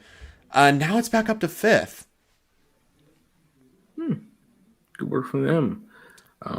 Yeah, kind of, looking at the data now, I think it looks like like Acura. They want the pace to be around 14, 114 on the dot. They've been hovering the 139, 114 once. I think they want to keep the pace here where they're at. So I think they're gonna keep this pace and then set for a pit stop hopefully soon, because I think they might just end up flinching first and just say, hey, we need to this. We're going to dictate the race. Yeah, I think you're right. I think you're totally right. I mean, we're hopefully going to see that in the next, I would say, next 3 laps or so. That's probably how it's going to work out. Also, IMSA put out the biggest movers of the race, and it is Thomas right at the top in that 11 TDS racing car. Final race for him as well. So brilliant career. And if this is truly his last race in that TDS racing car for a little bit, clapping emoji. That's what I want to put, because wow, great career from him. But yeah, Blomqvist and Aiken, it's going to be very interesting to see what they do on strategy, undercuts, overcuts, whatever it may be. Yeah, I don't know. Yeah, it looks like Porsche is under 5 seconds now. Well, I'm guessing the top 2 got stuck in traffic that last lap, but yeah, I think this is the pace that Acura wants to keep at. So I'm just trying to figure out who's going to pit first. Yeah, same. It's going to be really interesting. I think if I were, from what it seems like, I would think Aiken would pit first because of the leader group, because it seems that he's pushing right now, maybe using a little bit more energy than the rest of the field. If I were Action Express, I would come in and do that undercut strategy. Yeah, so I don't know. We'll see how that progresses. Also, we had a comment coming in, George, from a user saying, "Yo, I'm actually at the racetrack and watching this." That's awesome. Have you ever done that before? Have you ever been at a racetrack and watched a live stream or something like that of the thing you're doing? Yeah, because when I was at Pocono, it was just too hot out, so I just went to the media center and just watched it from there. Sometimes that's how it goes. I've done that myself as well. Sometimes I'm at Laguna, and for any fans that are at Laguna or have been there in the past, you know that it can get really hot there as well with no tree cover. Not a lot of tree cover, at least. So sometimes it can get pretty hot out there, even though it's right on the ocean. And so sometimes you have to like go find a spot to chill, and I've done that as well. So I get what you're talking about. So, okay. Yeah, they're stuck in traffic again. Again, yep. I can see the Cadillac pitting now. Yep. Not like right now, but just to get out the traffic and then, push some good laps and then hopefully overtake when the Acura pits. Now, do you think that he's using a lot more energy than Blomqvist? Do you think Jack Aiken's using more energy, or do you think he's conserving? They've been pretty even on energy use. It looks like, when NBC was showing off the data of who had much energy left, and Right. it looks like they're both using the same. But I think I, it feels like Acura's using energy, and then they're making Cadillac react because Mhm. they don't want to get dropped. But it's just so weird. They're both trying to play a game. Hopefully he makes a move. No, I'm still too far. Yeah, it's just tough to pass safe for them. It really is, yeah. And I mean, Oh yeah, 2020 for the energy. Sorry. no, it's good. It's good. It's good. And I think that I'm curious to see what the energy is for Nazar as well in the Porsche. Also, a while back, Paris Compaq and Nick Bull came into the pit lane for LMP2's third and fourth place runners at the time, of course. So interesting to see that as well. Yeah. And looking at the fastest lap, Acura, I think it's held the fastest lap now. So They've also had clear track ahead of them, though, a lot of the time, so maybe that's why. But it's also because that Acura is very quick here at Road Atlanta, and I think the 93 is up there as well. It's in P6, if I'm not mistaken, with Nick Yolali. yep, I think so. So it's on the back, and Albuquerque's closed the gap a little bit to the front runners now, 11.6 seconds or so. And I think Yeah, it went. they've been like in that 11 to 12 second range most of the race. Yeah, pretty much. It's kind of stayed in that way. And for the Porsche and Acura, sorry, I keep calling it an Acura. The Porsche and Aston Martin, in that third and fourth range, they've kind of stayed in the, let's say, the Yeah. 6 to 8 second gap, somewhere around there. They kind of go going Yeah. back and forth. Yeah, I think right now Acura want to caution, but Cadillac would not want to caution. I think Cadillac wants to get them on the track. Yeah. They know if they both pit at the same time, it's just going to delay them even longer to get past. And That's a perfect point. I think that you're 100% right. Because for Acura, if they get a caution period, they can stay in the front. Otherwise, it's going to be in favor of Cadillac getting past into the lead. And again, it's all about strategy right now with all of this. I don't there's some know. more LMP2 pitting. So yeah, I think LP1's coming up right after these LMP2 pit stops. Yep, I agree. Yeah, the LMP2 cars have started to come in. We should expect Jeremy Clark in very shortly, unless he hasn't. I don't think he's pit yet. So that's the 43 car that's currently leading for Inter Europol. So majority of LMP2 cars are coming in and will be coming out. But yeah, very interesting to see. I got some water. 1 second.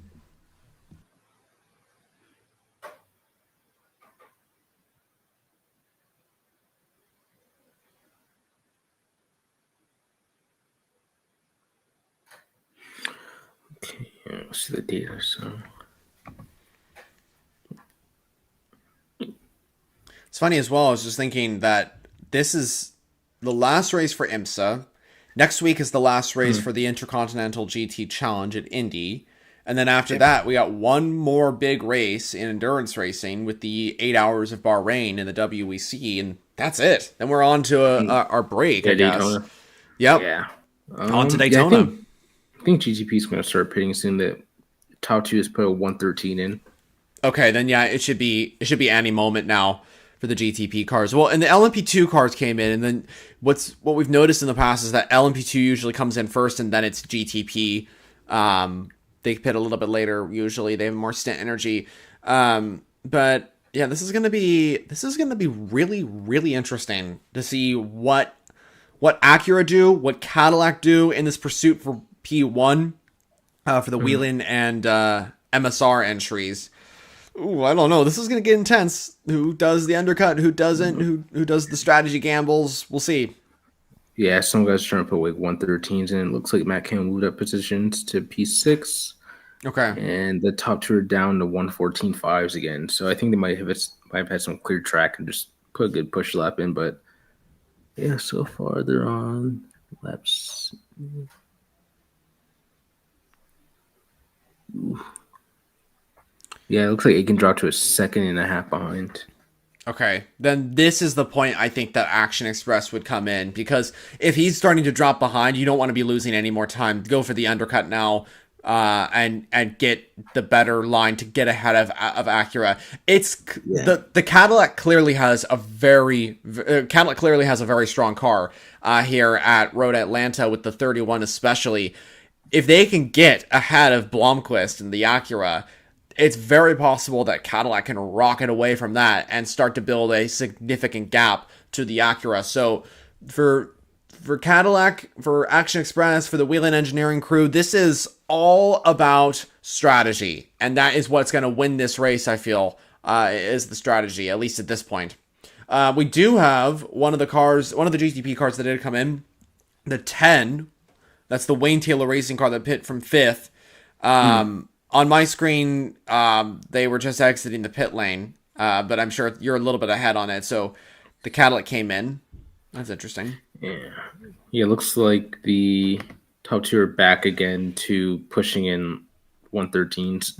Okay. Interesting. Well, Aiken is under a second as well to Blomqvist again, so the gap is back down to under a second. Also, he was half a second faster that lap. Right, he was. Also, Nazir came into the pit lane, so that's why Ross Gunn is now into 3rd in the Aston Martin Valkyrie. So Porsche are in, so that's one of the leaders into the pits. One of the top 4 cars. Actually, 2 of the top 5 cars have come in so far. Yep. Yeah, so it's still like a coin flip on who's going to pit first between Bloomquist and Aiken. Yeah, it is really that. So with Porsche, they decided to take right rear tires and front right tires. So they changed the entire right side of the car. They didn't change they changed the entire left side of the car. I was looking at it in the opposite way. They didn't change the right side. So very interesting to see that. So brand new Michelin mediums for Porsche's 963, the number 7 car that is. And then refuel, all that sort of thing, and they are good, and away they go for the number 7. It just doesn't look like a lot of wear. Looks like it doesn't look like a lot. Yeah, especially right now, it seems like everything's okay. That's definitely surprising. But yeah, and then it's really, like you said earlier, a coin toss to see who pits first between the top 2. It could really be either or coming in. Mm-hmm. And I think that since your stream is like a few seconds above mine, you're probably gonna know who comes in first. Like my laptop's a minute ahead of my TV. Also, real quickly, very interesting thing that's going on in LMP2. Jeremy Clark has still not pit for the 43 Inter-Europal car, and everyone else has. He's lost a lot of time. Why are they not pitting, though? That's my question. They're losing time, like you mentioned, so why? I think they might have, because... really? No. Yeah, they lost like 14 seconds already. Last I checked, they were 56 seconds. Oh, wait, never mind. They did pit. Okay. That's yeah, because it looked weird, because I was like, wait, they're 14 seconds at the last time for the commercial break. But yeah, Aston Martin pitting. Yep. That's the Valkyrie in and out. So it should come out. Where? Wait, that was a very quick stop by the Heart of Racing. That was a lot. Wait, how did that happen? Was it? Looks like they're fixing something in the car. Oh, you know what? I think that I didn't see it in an exact way. I don't think there's any issues with the Valkyrie. I think it's like, wait, maybe there's. I hope there's no issues. Do you see anything on your screen? They're just refueling. It just took a while to fill up the whole car. Oh, okay. Well, I think it didn't look like they took any tires though, but they probably, NBC didn't show it. Oh, they both pit. Wow. Oh, at the same time? Yeah, P1, P2 pit at the same time. Looks like they just follow him. That is interesting. I think Cadillac's going to hope for a faster stop. Cadillac's boxes first. They get in the box first, and they might right after. They might switch. They might do a different type of strategy here than Acura to try and get ahead, to leapfrog them. Yep. Cadillac took right sides only. So did Acura. Fascinating. So I think it's just a matter of who puts the most fuel in. They're probably going to fully refuel though, but it's going to be interesting to see whose tire change was faster. I don't know if that's a big difference or not, but yeah, it's just like who gets all the fuel at first. Right. It's all about the team now. Like that's kind of Cadillac jumped him, I think. Ooh. Oh, that's close. Did they jump him? Fighting for it. No, he's running the bumper though, leaving pit lane. Yeah, they're right there. He's literally on his bumper right now. Okay. Acura Cadillac's gonna be pissed. Oh, he smoked the tires though. So that is very interesting. So Blomqvist holds the lead, and I'm very surprised they pit at once. You think that was because of I think it's them saying just follow him. Okay, I was gonna say, is that a reaction from Blomqvist, like from Jack Aiken? Sorry, because of Blomqvist, Yeah, like because Blomqvist pit, he's gonna pit. I think they told him to follow him at this point because it's just so early in the race. But yeah, it looks like Blomqvist was able to get away because he got the better tire warm up. He did, yeah, and now he's got a pretty good gap. But that was. Ooh, is that Blanc? No, that's LMP2. One of the LMP2s hit one of the signs. Oh, well, I hope that everything's all good. It's the 52. It's literally just covering his whole windshield. Oh my gosh, yeah, I see it now. The 52, completely. It's the Michelin sign. Now, that's not good news for PR1 Matthias in Motorsports. That's Naveen Rao. How did that happen? You go wide at the final turn at turn 12 next to the Michelin building? I'm assuming that's probably what happened. Probably. It looks like it's covering part of the intake too. If they could just get that tarp off. Both of them went. Yeah, 2 cars went off there. Oh, contact maybe? Cars got upset. No, one guy just followed the guy in the grass. Oh. That's surprising. Well, with this, why did they dirty air? Maybe it made weird contact because I think the car behind him was trying to go on the inside. They touched his back wheel a bit, and they both just went to the grass. Oh yeah. Looks like he got the sign off though. It's just flapping around the window. Oh yeah, they got it off. Okay. Is his windshield cracked? Or is that part of the sign? I think that's part of the... Okay. I was like, we didn't crack. That would be really horrible if it did. Yeah, caution's out now, looks like. Probably to clean up all that debris and the dirt. Wow, that's unlucky. You know what? This is perfect for Dries Vanthoor and BMW. Yeah, they're in the pits now. Grosjean too. All the top 5 should pit. This is perfect for BMW. This is exactly what they need to propel them up into the front. So Vanthoor is in. That is a stop. That's perfect. Oh my goodness. How? This is the perfect. They got so lucky. Where does Vanthoor come out? That's the question for me. It looks like he came out behind Blomqvist and Aiken at least. He's just jumped a bunch of cars, though. He's jumped Nauser, he's jumped Gunn, he's jumped, what is it? Both Cadillacs from Wayne Taylor Racing. Yep. Oh. Looks like there's some more stuff going on, too. BMW gets in the grass. The Vaster Sullivan follows him. That is interesting. I'm watching that now as well. Yeah, what happened there? Oh, that's interesting.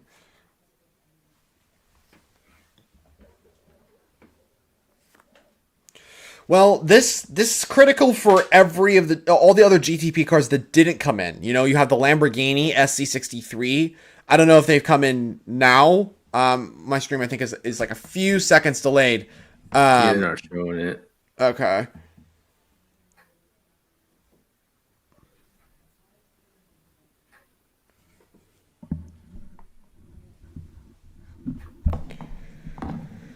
Well, this is going to be really interesting, viewers. I have to say that. I think that this could really change up the order. Vantor in the BMW is now in the fight for the win. BMW have really taken advantage of this. So maybe, I mean, this is all just luck, this is just how it goes. But yeah, just it's very interesting to see how things have kind of played out.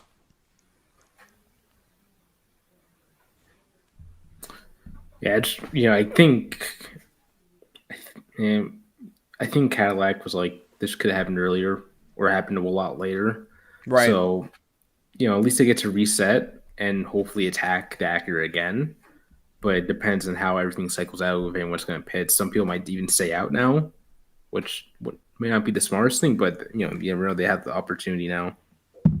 Yeah, I mean, it's going to be really interesting to see what people do, like who pits, who doesn't, who does this strategy gamble. I'm very impressed by Vantor. They did that perfectly with the BMW, the 24 car.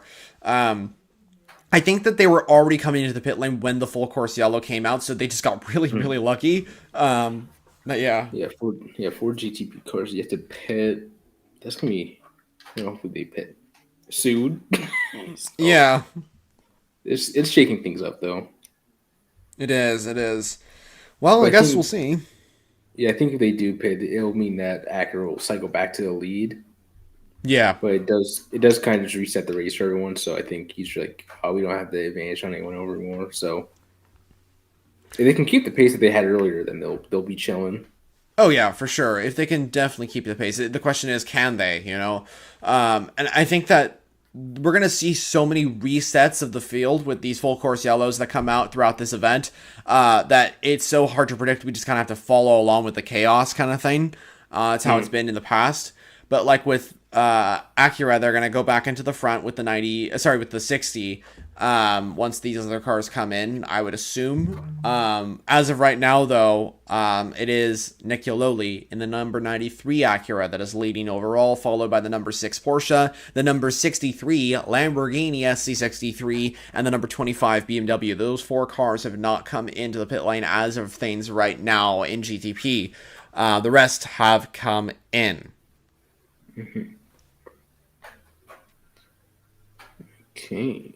Yeah, just see how it'll be interesting to see how everything cycles out. Yeah, this is a very critical point in the race because I mean everybody hopes for a lot of people hope for the full course yellows to come out to kind of reset the field, and this is one of those that potentially could have major implications on this race. Already it's had implications because now BMW are right in the fight for a strong result here with the number 24 car of Dries Vantor. But we'll see if they can maintain that performance. BMW haven't really shown to have the ultimate pace over Acura or Cadillac. They seem to be on par with Porsche and maybe Aston Martin. But I don't know. We'll see. It's going to be interesting. Yeah.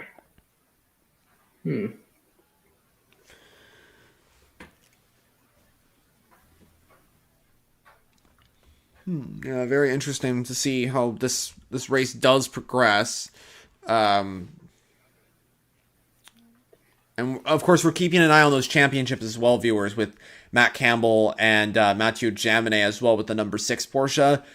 They are in the fight for the championship and likely going to obtain it. So we'll see how that progresses, of course.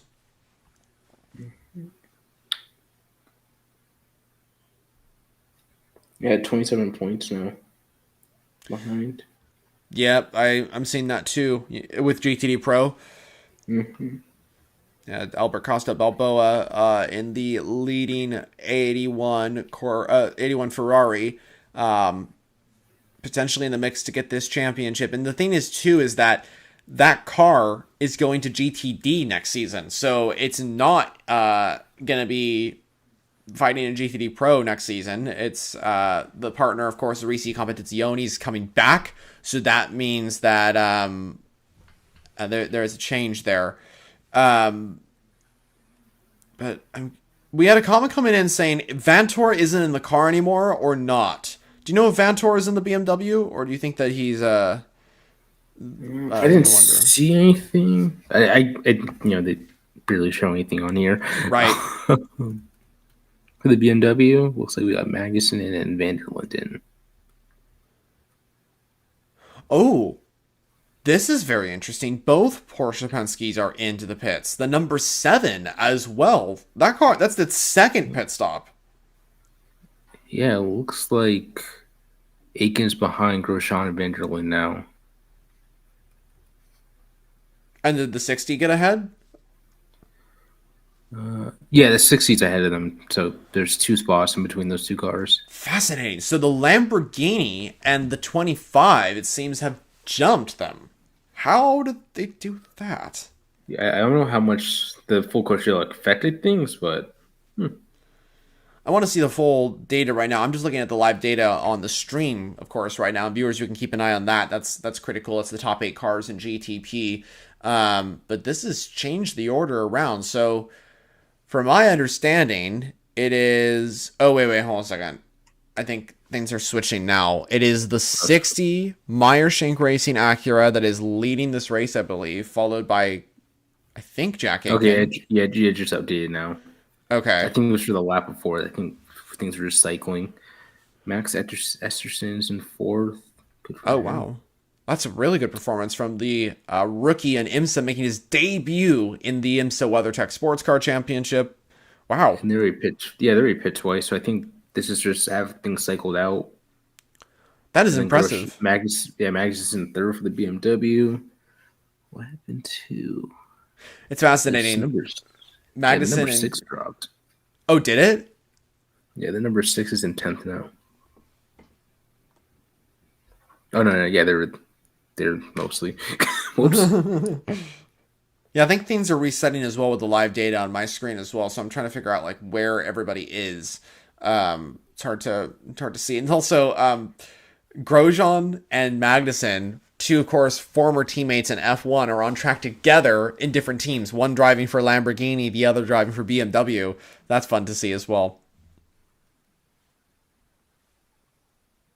Yeah.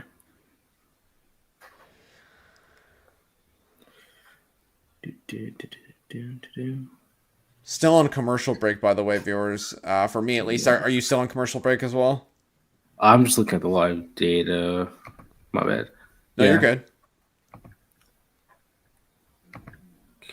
The live data is what I'm kind of keeping an eye on as well with this to kind of see how it all works out. Yeah. It looks like CrowdStrike's they're still stuck in the bottom for LMP2. That's unfortunate. Yeah, they've been having a pretty tough weekend. They had that issue in qualifying, I think.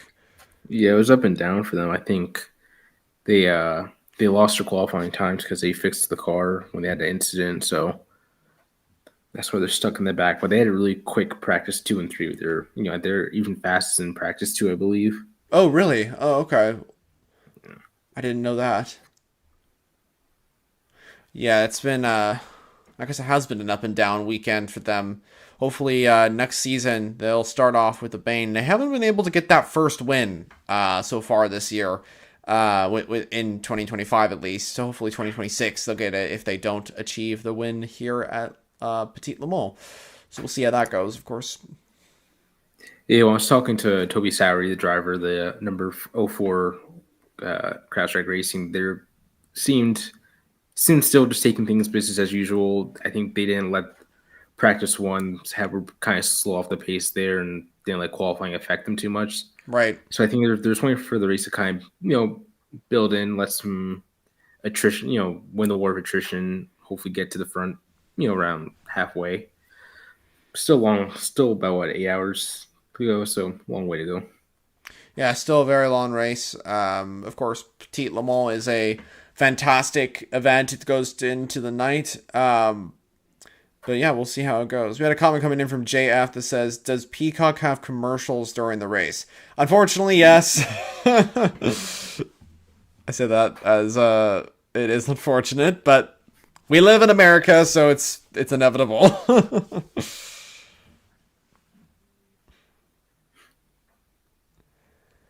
Gotta say, it is packed at Road Atlanta this year, more so than in the past. I'm very impressed with the turnout that we have had for this race.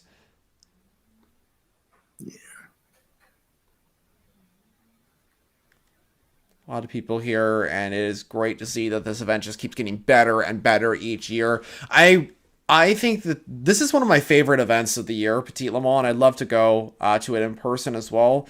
I was going to try and make it down for 2025. That didn't end up happening, but 2026, maybe that will happen. We'll see how it goes. Yeah.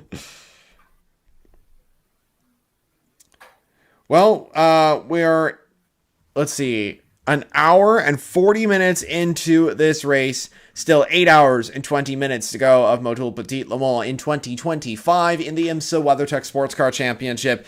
We are under caution for the 4th time today, if I'm not mistaken. And the top 5 is the number 60 Acura, the number 30 Wheeling Cadillac, the number 24, I think, BMW M Hybrid V8. Then comes Max Estron in the number 85 JDC Miller Motorsports Porsche, and then the Aston Martin Valkyrie completes the top 5. JDC Miller, I said at the start, they could go for that unique strategy, pit early or whatever.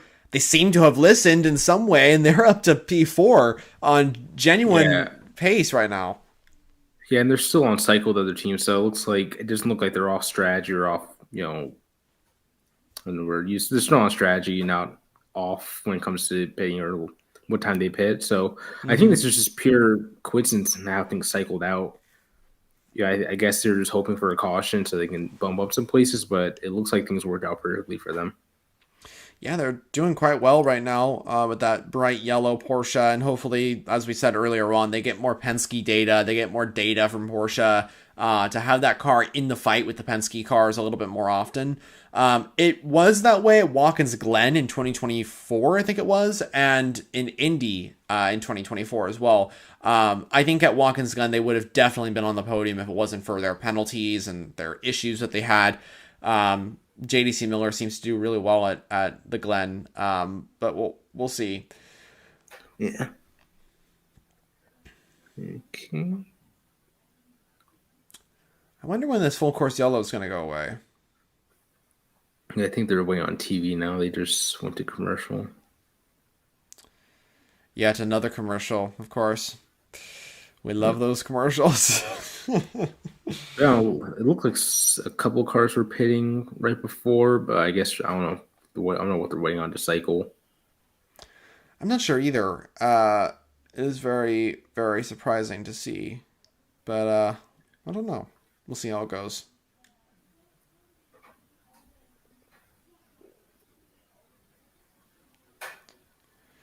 '26 will be fun as well with IMSA. We got so many upcoming races that are just going to be epic. You got Daytona, Sebring, back again at those tracks in Florida.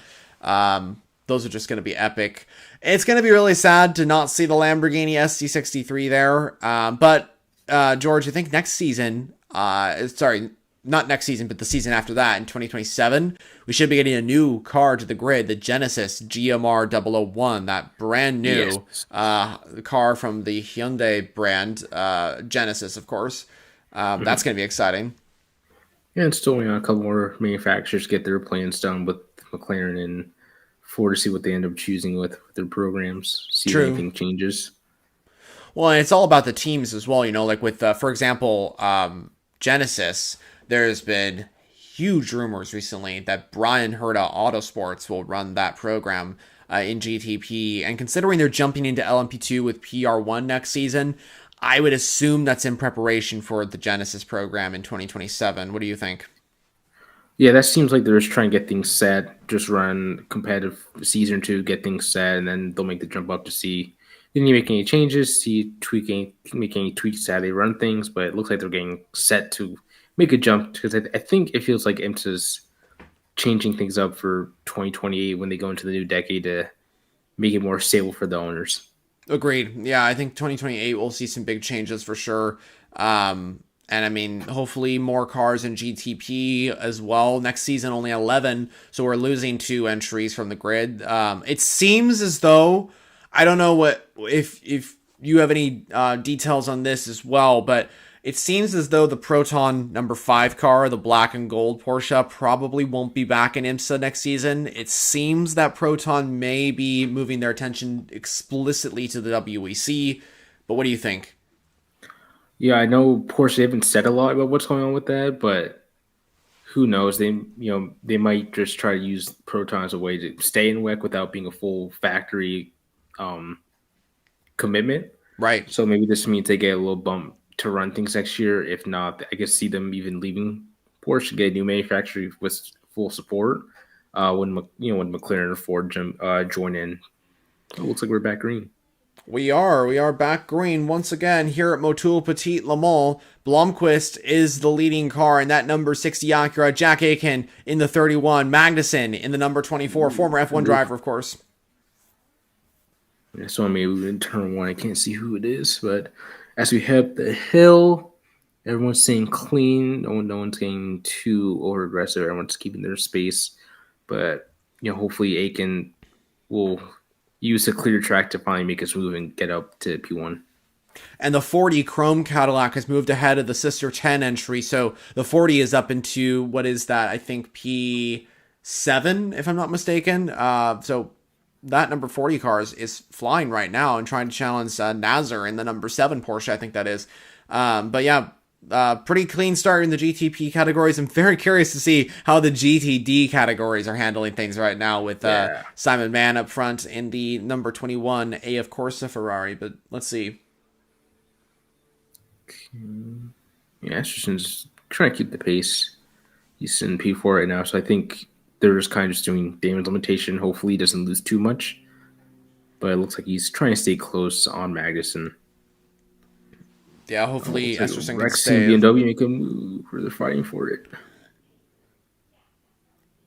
And it looks like is that a slow LMP2 or a slow GTP? Oh, that's a slow GTP. That's the 93 Acura. That's I saw some. I saw something on the start that cylinders did not go. It looks like they're pitting. Yeah, they're pitting. Something's going on. Yeah, it's yellowy. So I saw someone had a very weird start. So I guess it was them, but I don't know what the exact issue is. I think might had to be something with the drivetrain because they did not get a good jump at all. Yeah, something to do with that. Hybrid maybe issue. It doesn't look like a puncture. It looks like something electronic or something like that. That is not good news. You can see that the headlights aren't working properly either. That seems to be some sort of electronic issue. The first major blow in GTP could be with this 93 Acura. Oh, wait, it looks like... Oh, for a second it looked like there was a puncture on the front left, but I don't think there is. So, yeah, they changed the steering wheel out. Oh. So I guess there's something electronics. That's weird. Something with the steering wheel. Yeah, I might just have to be something with the mapping or something with the ECU. I guess he's, it's quick little swap. Check the software. Yep. Seems to be the case. Yeah, they're showing the replay now. He just did not go. I don't know if it was something with the software and the steering wheel that messed things up, but it looked like he just got a really bad start. And that was that car that got overtaken at turn 1 that you were mentioning earlier. So, yeah, it seems that something did happen with the 93, something to do with the steering wheel, and it is electronic issues of some kind. So, unfortunate to see that, but I don't think they've gone a lap down, so it's A-okay as the things stand. He still looks slow, though. Yeah, this looks like LMP2 pace, if I'm being honest. Yeah, there's something still wrong with that 93 Acura. Yeah, I think they say there's like a shifting issue. I think you're right. So it might be transmission. Yeah, he's got passed by 2 liters now. Oh, yeah, it might just be the gears. Something up there. Yeah, it just seems like he can't accelerate very much. I wonder if he's coming into the pits again, but not good news for the 93 Meyer-Shank racing car, the car that has started on pole position so many times this year. Drama for one of the cars, while the other one is leading the race overall with the 60. Yeah.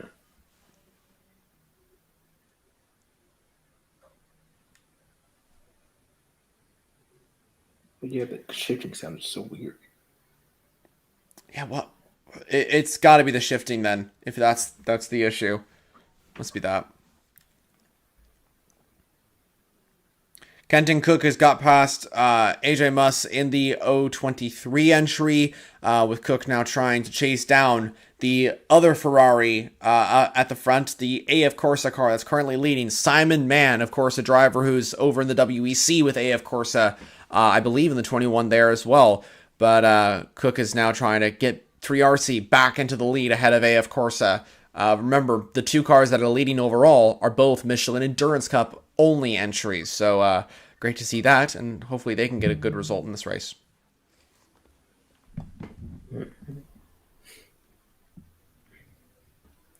Oh, that's commercial.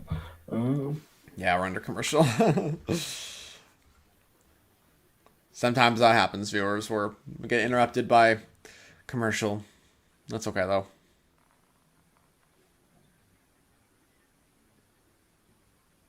We'll probably go for another 10 minutes or so, and then we'll probably take a break or something. Because I do have to get somewhere in about an hour or so. Can't stream the whole race, unfortunately. I think it would be fun. We were talking about this earlier, George, about like streaming the whole race. That kind of could be cool. I think we could definitely do that for the shorter races, like, for example, Detroit and Long Beach. I did that for Long Beach, but yeah, big races like this ones would be cool. Yeah. You know, it could also be cool as well, like streaming and then taking a break and coming back, you know, like just keeping the stream going or whatever with live data and stuff. I think we were talking about that earlier as well. Maybe for 2026 we can work on something like that.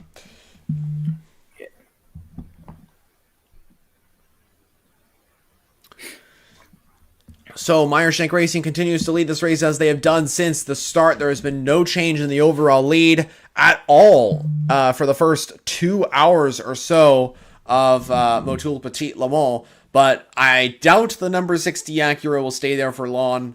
There's definitely going to be a change for the lead at one point, at least, in this race. Acura aren't just going to be dominating the whole thing. So we'll see. We'll see how it goes.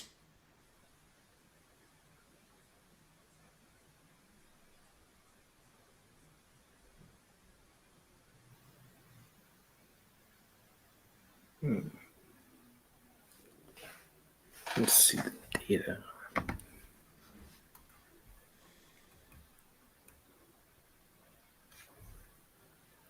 Yeah, it looks like Esterson's still holding firm, actually gaining a bit off the Aston Martin, about 2 seconds away. 2.5 seconds, it looks like. Yeah, you can still under a minute, under a second there, so that's good to see. We start pushing soon.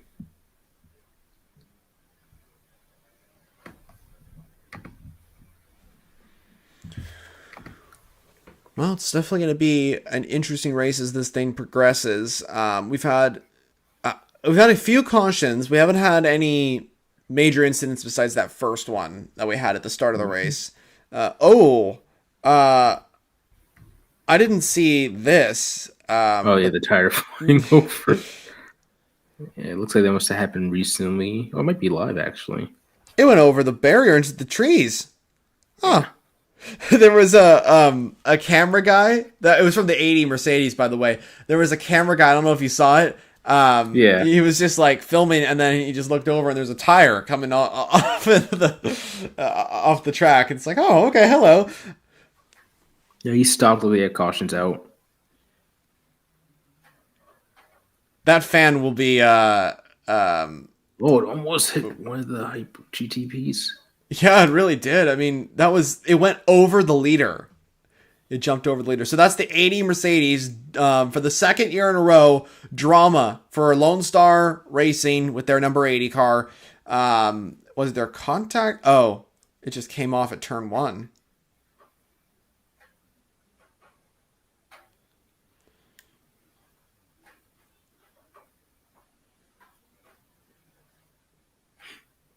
Yep, caution. Yep. I don't think anyone else could really pit off this. Everyone already pit out the last one.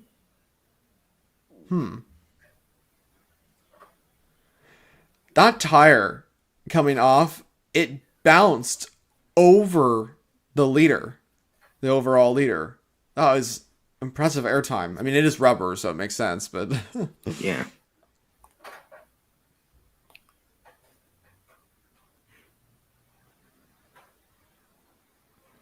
they keep showing a replay of this tire.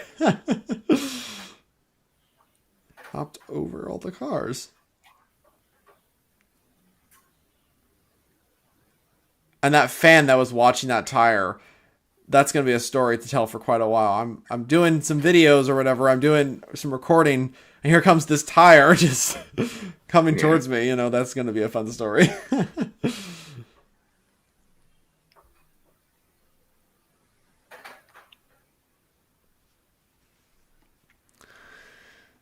So the caution out. Do you think this is the end of the road for the 80, or do you think we'll be able to come back? And yeah, I mean, we still have more than half the race left, but I don't think with pace wise, I don't think it's gonna make a big difference to them. But I think it's just gonna be a big step back for them. They're definitely gonna lose a couple of laps though, so Yeah. it'll be tough to make up unless there's a caution later today. Now, do you think that car could make it back on its own steam, or do you think it's going to be pushed back, or what do you think? I mean, usually it's not that hard to drive on three tires with how suspensions are these days, but it kind of depends how they have the car set up. If it's dragging, they probably don't want to damage it too much, or maybe IMSA just tells them to stop. But usually, you see cars drive back with, three tires with no issues. Yeah, true. And I mean, I think it's definitely a possibility, but I don't know if they're. It seems that IMSA maybe have told them to stop, or the team told Lynn Houdinius, who's currently driving the car, to stop the car. Whatever it may be, it's that's how it goes. Sway in the comments asks, where can I find the schedule for the race? Did it already start? Yes, it already started. The schedule for the race, are you talking about like how long it is, or like with the activities during like at the track, or I'm not really where would the schedule be with it? I think that would be on IMSA, right? IMSA.com, something like that. Yeah, usually they're like the race website. Yeah, track website. that's a good point, actually. Track website and race website. So Petit Le Mans, I think they have a .com, and I think Michelin Raceway Road Atlanta would be the place to look as well for that. Track Limits in the comments says, shout out to AMR Safety Team. I love the name, by the way, Track Limits. Username.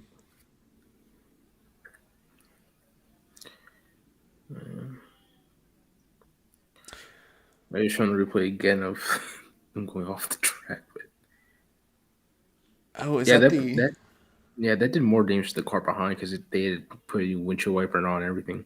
Oh, wow. Yeah, because it was a lot of dirt that came up on the spike entry, the skeleton spike. Yeah. We had another comment coming in saying, where can I watch this race? Peacock, that's where me and George are watching it, if you're in the USA. I believe it's also on USA Network as well. Yeah, they're doing different stints. Yeah, looks like they're putting the 80 on a tow truck. Oh, yeah, you're right. They are. So they are taking it back to the pits. Yeah. Usually you could drive back, but I guess they didn't want the car to drive back in that condition. Yeah, true. It's also the back rear tire as well, so it might be a little bit different compared to the front tires. But yeah, that's unfortunate for. Sorry, my mind went blank for a moment. Unfortunate for Lone Star Racing LSR team.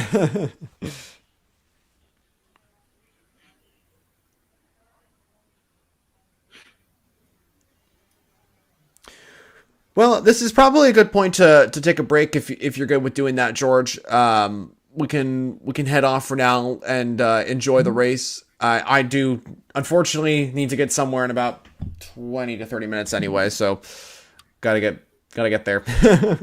Yeah. Oh, it was great being here though.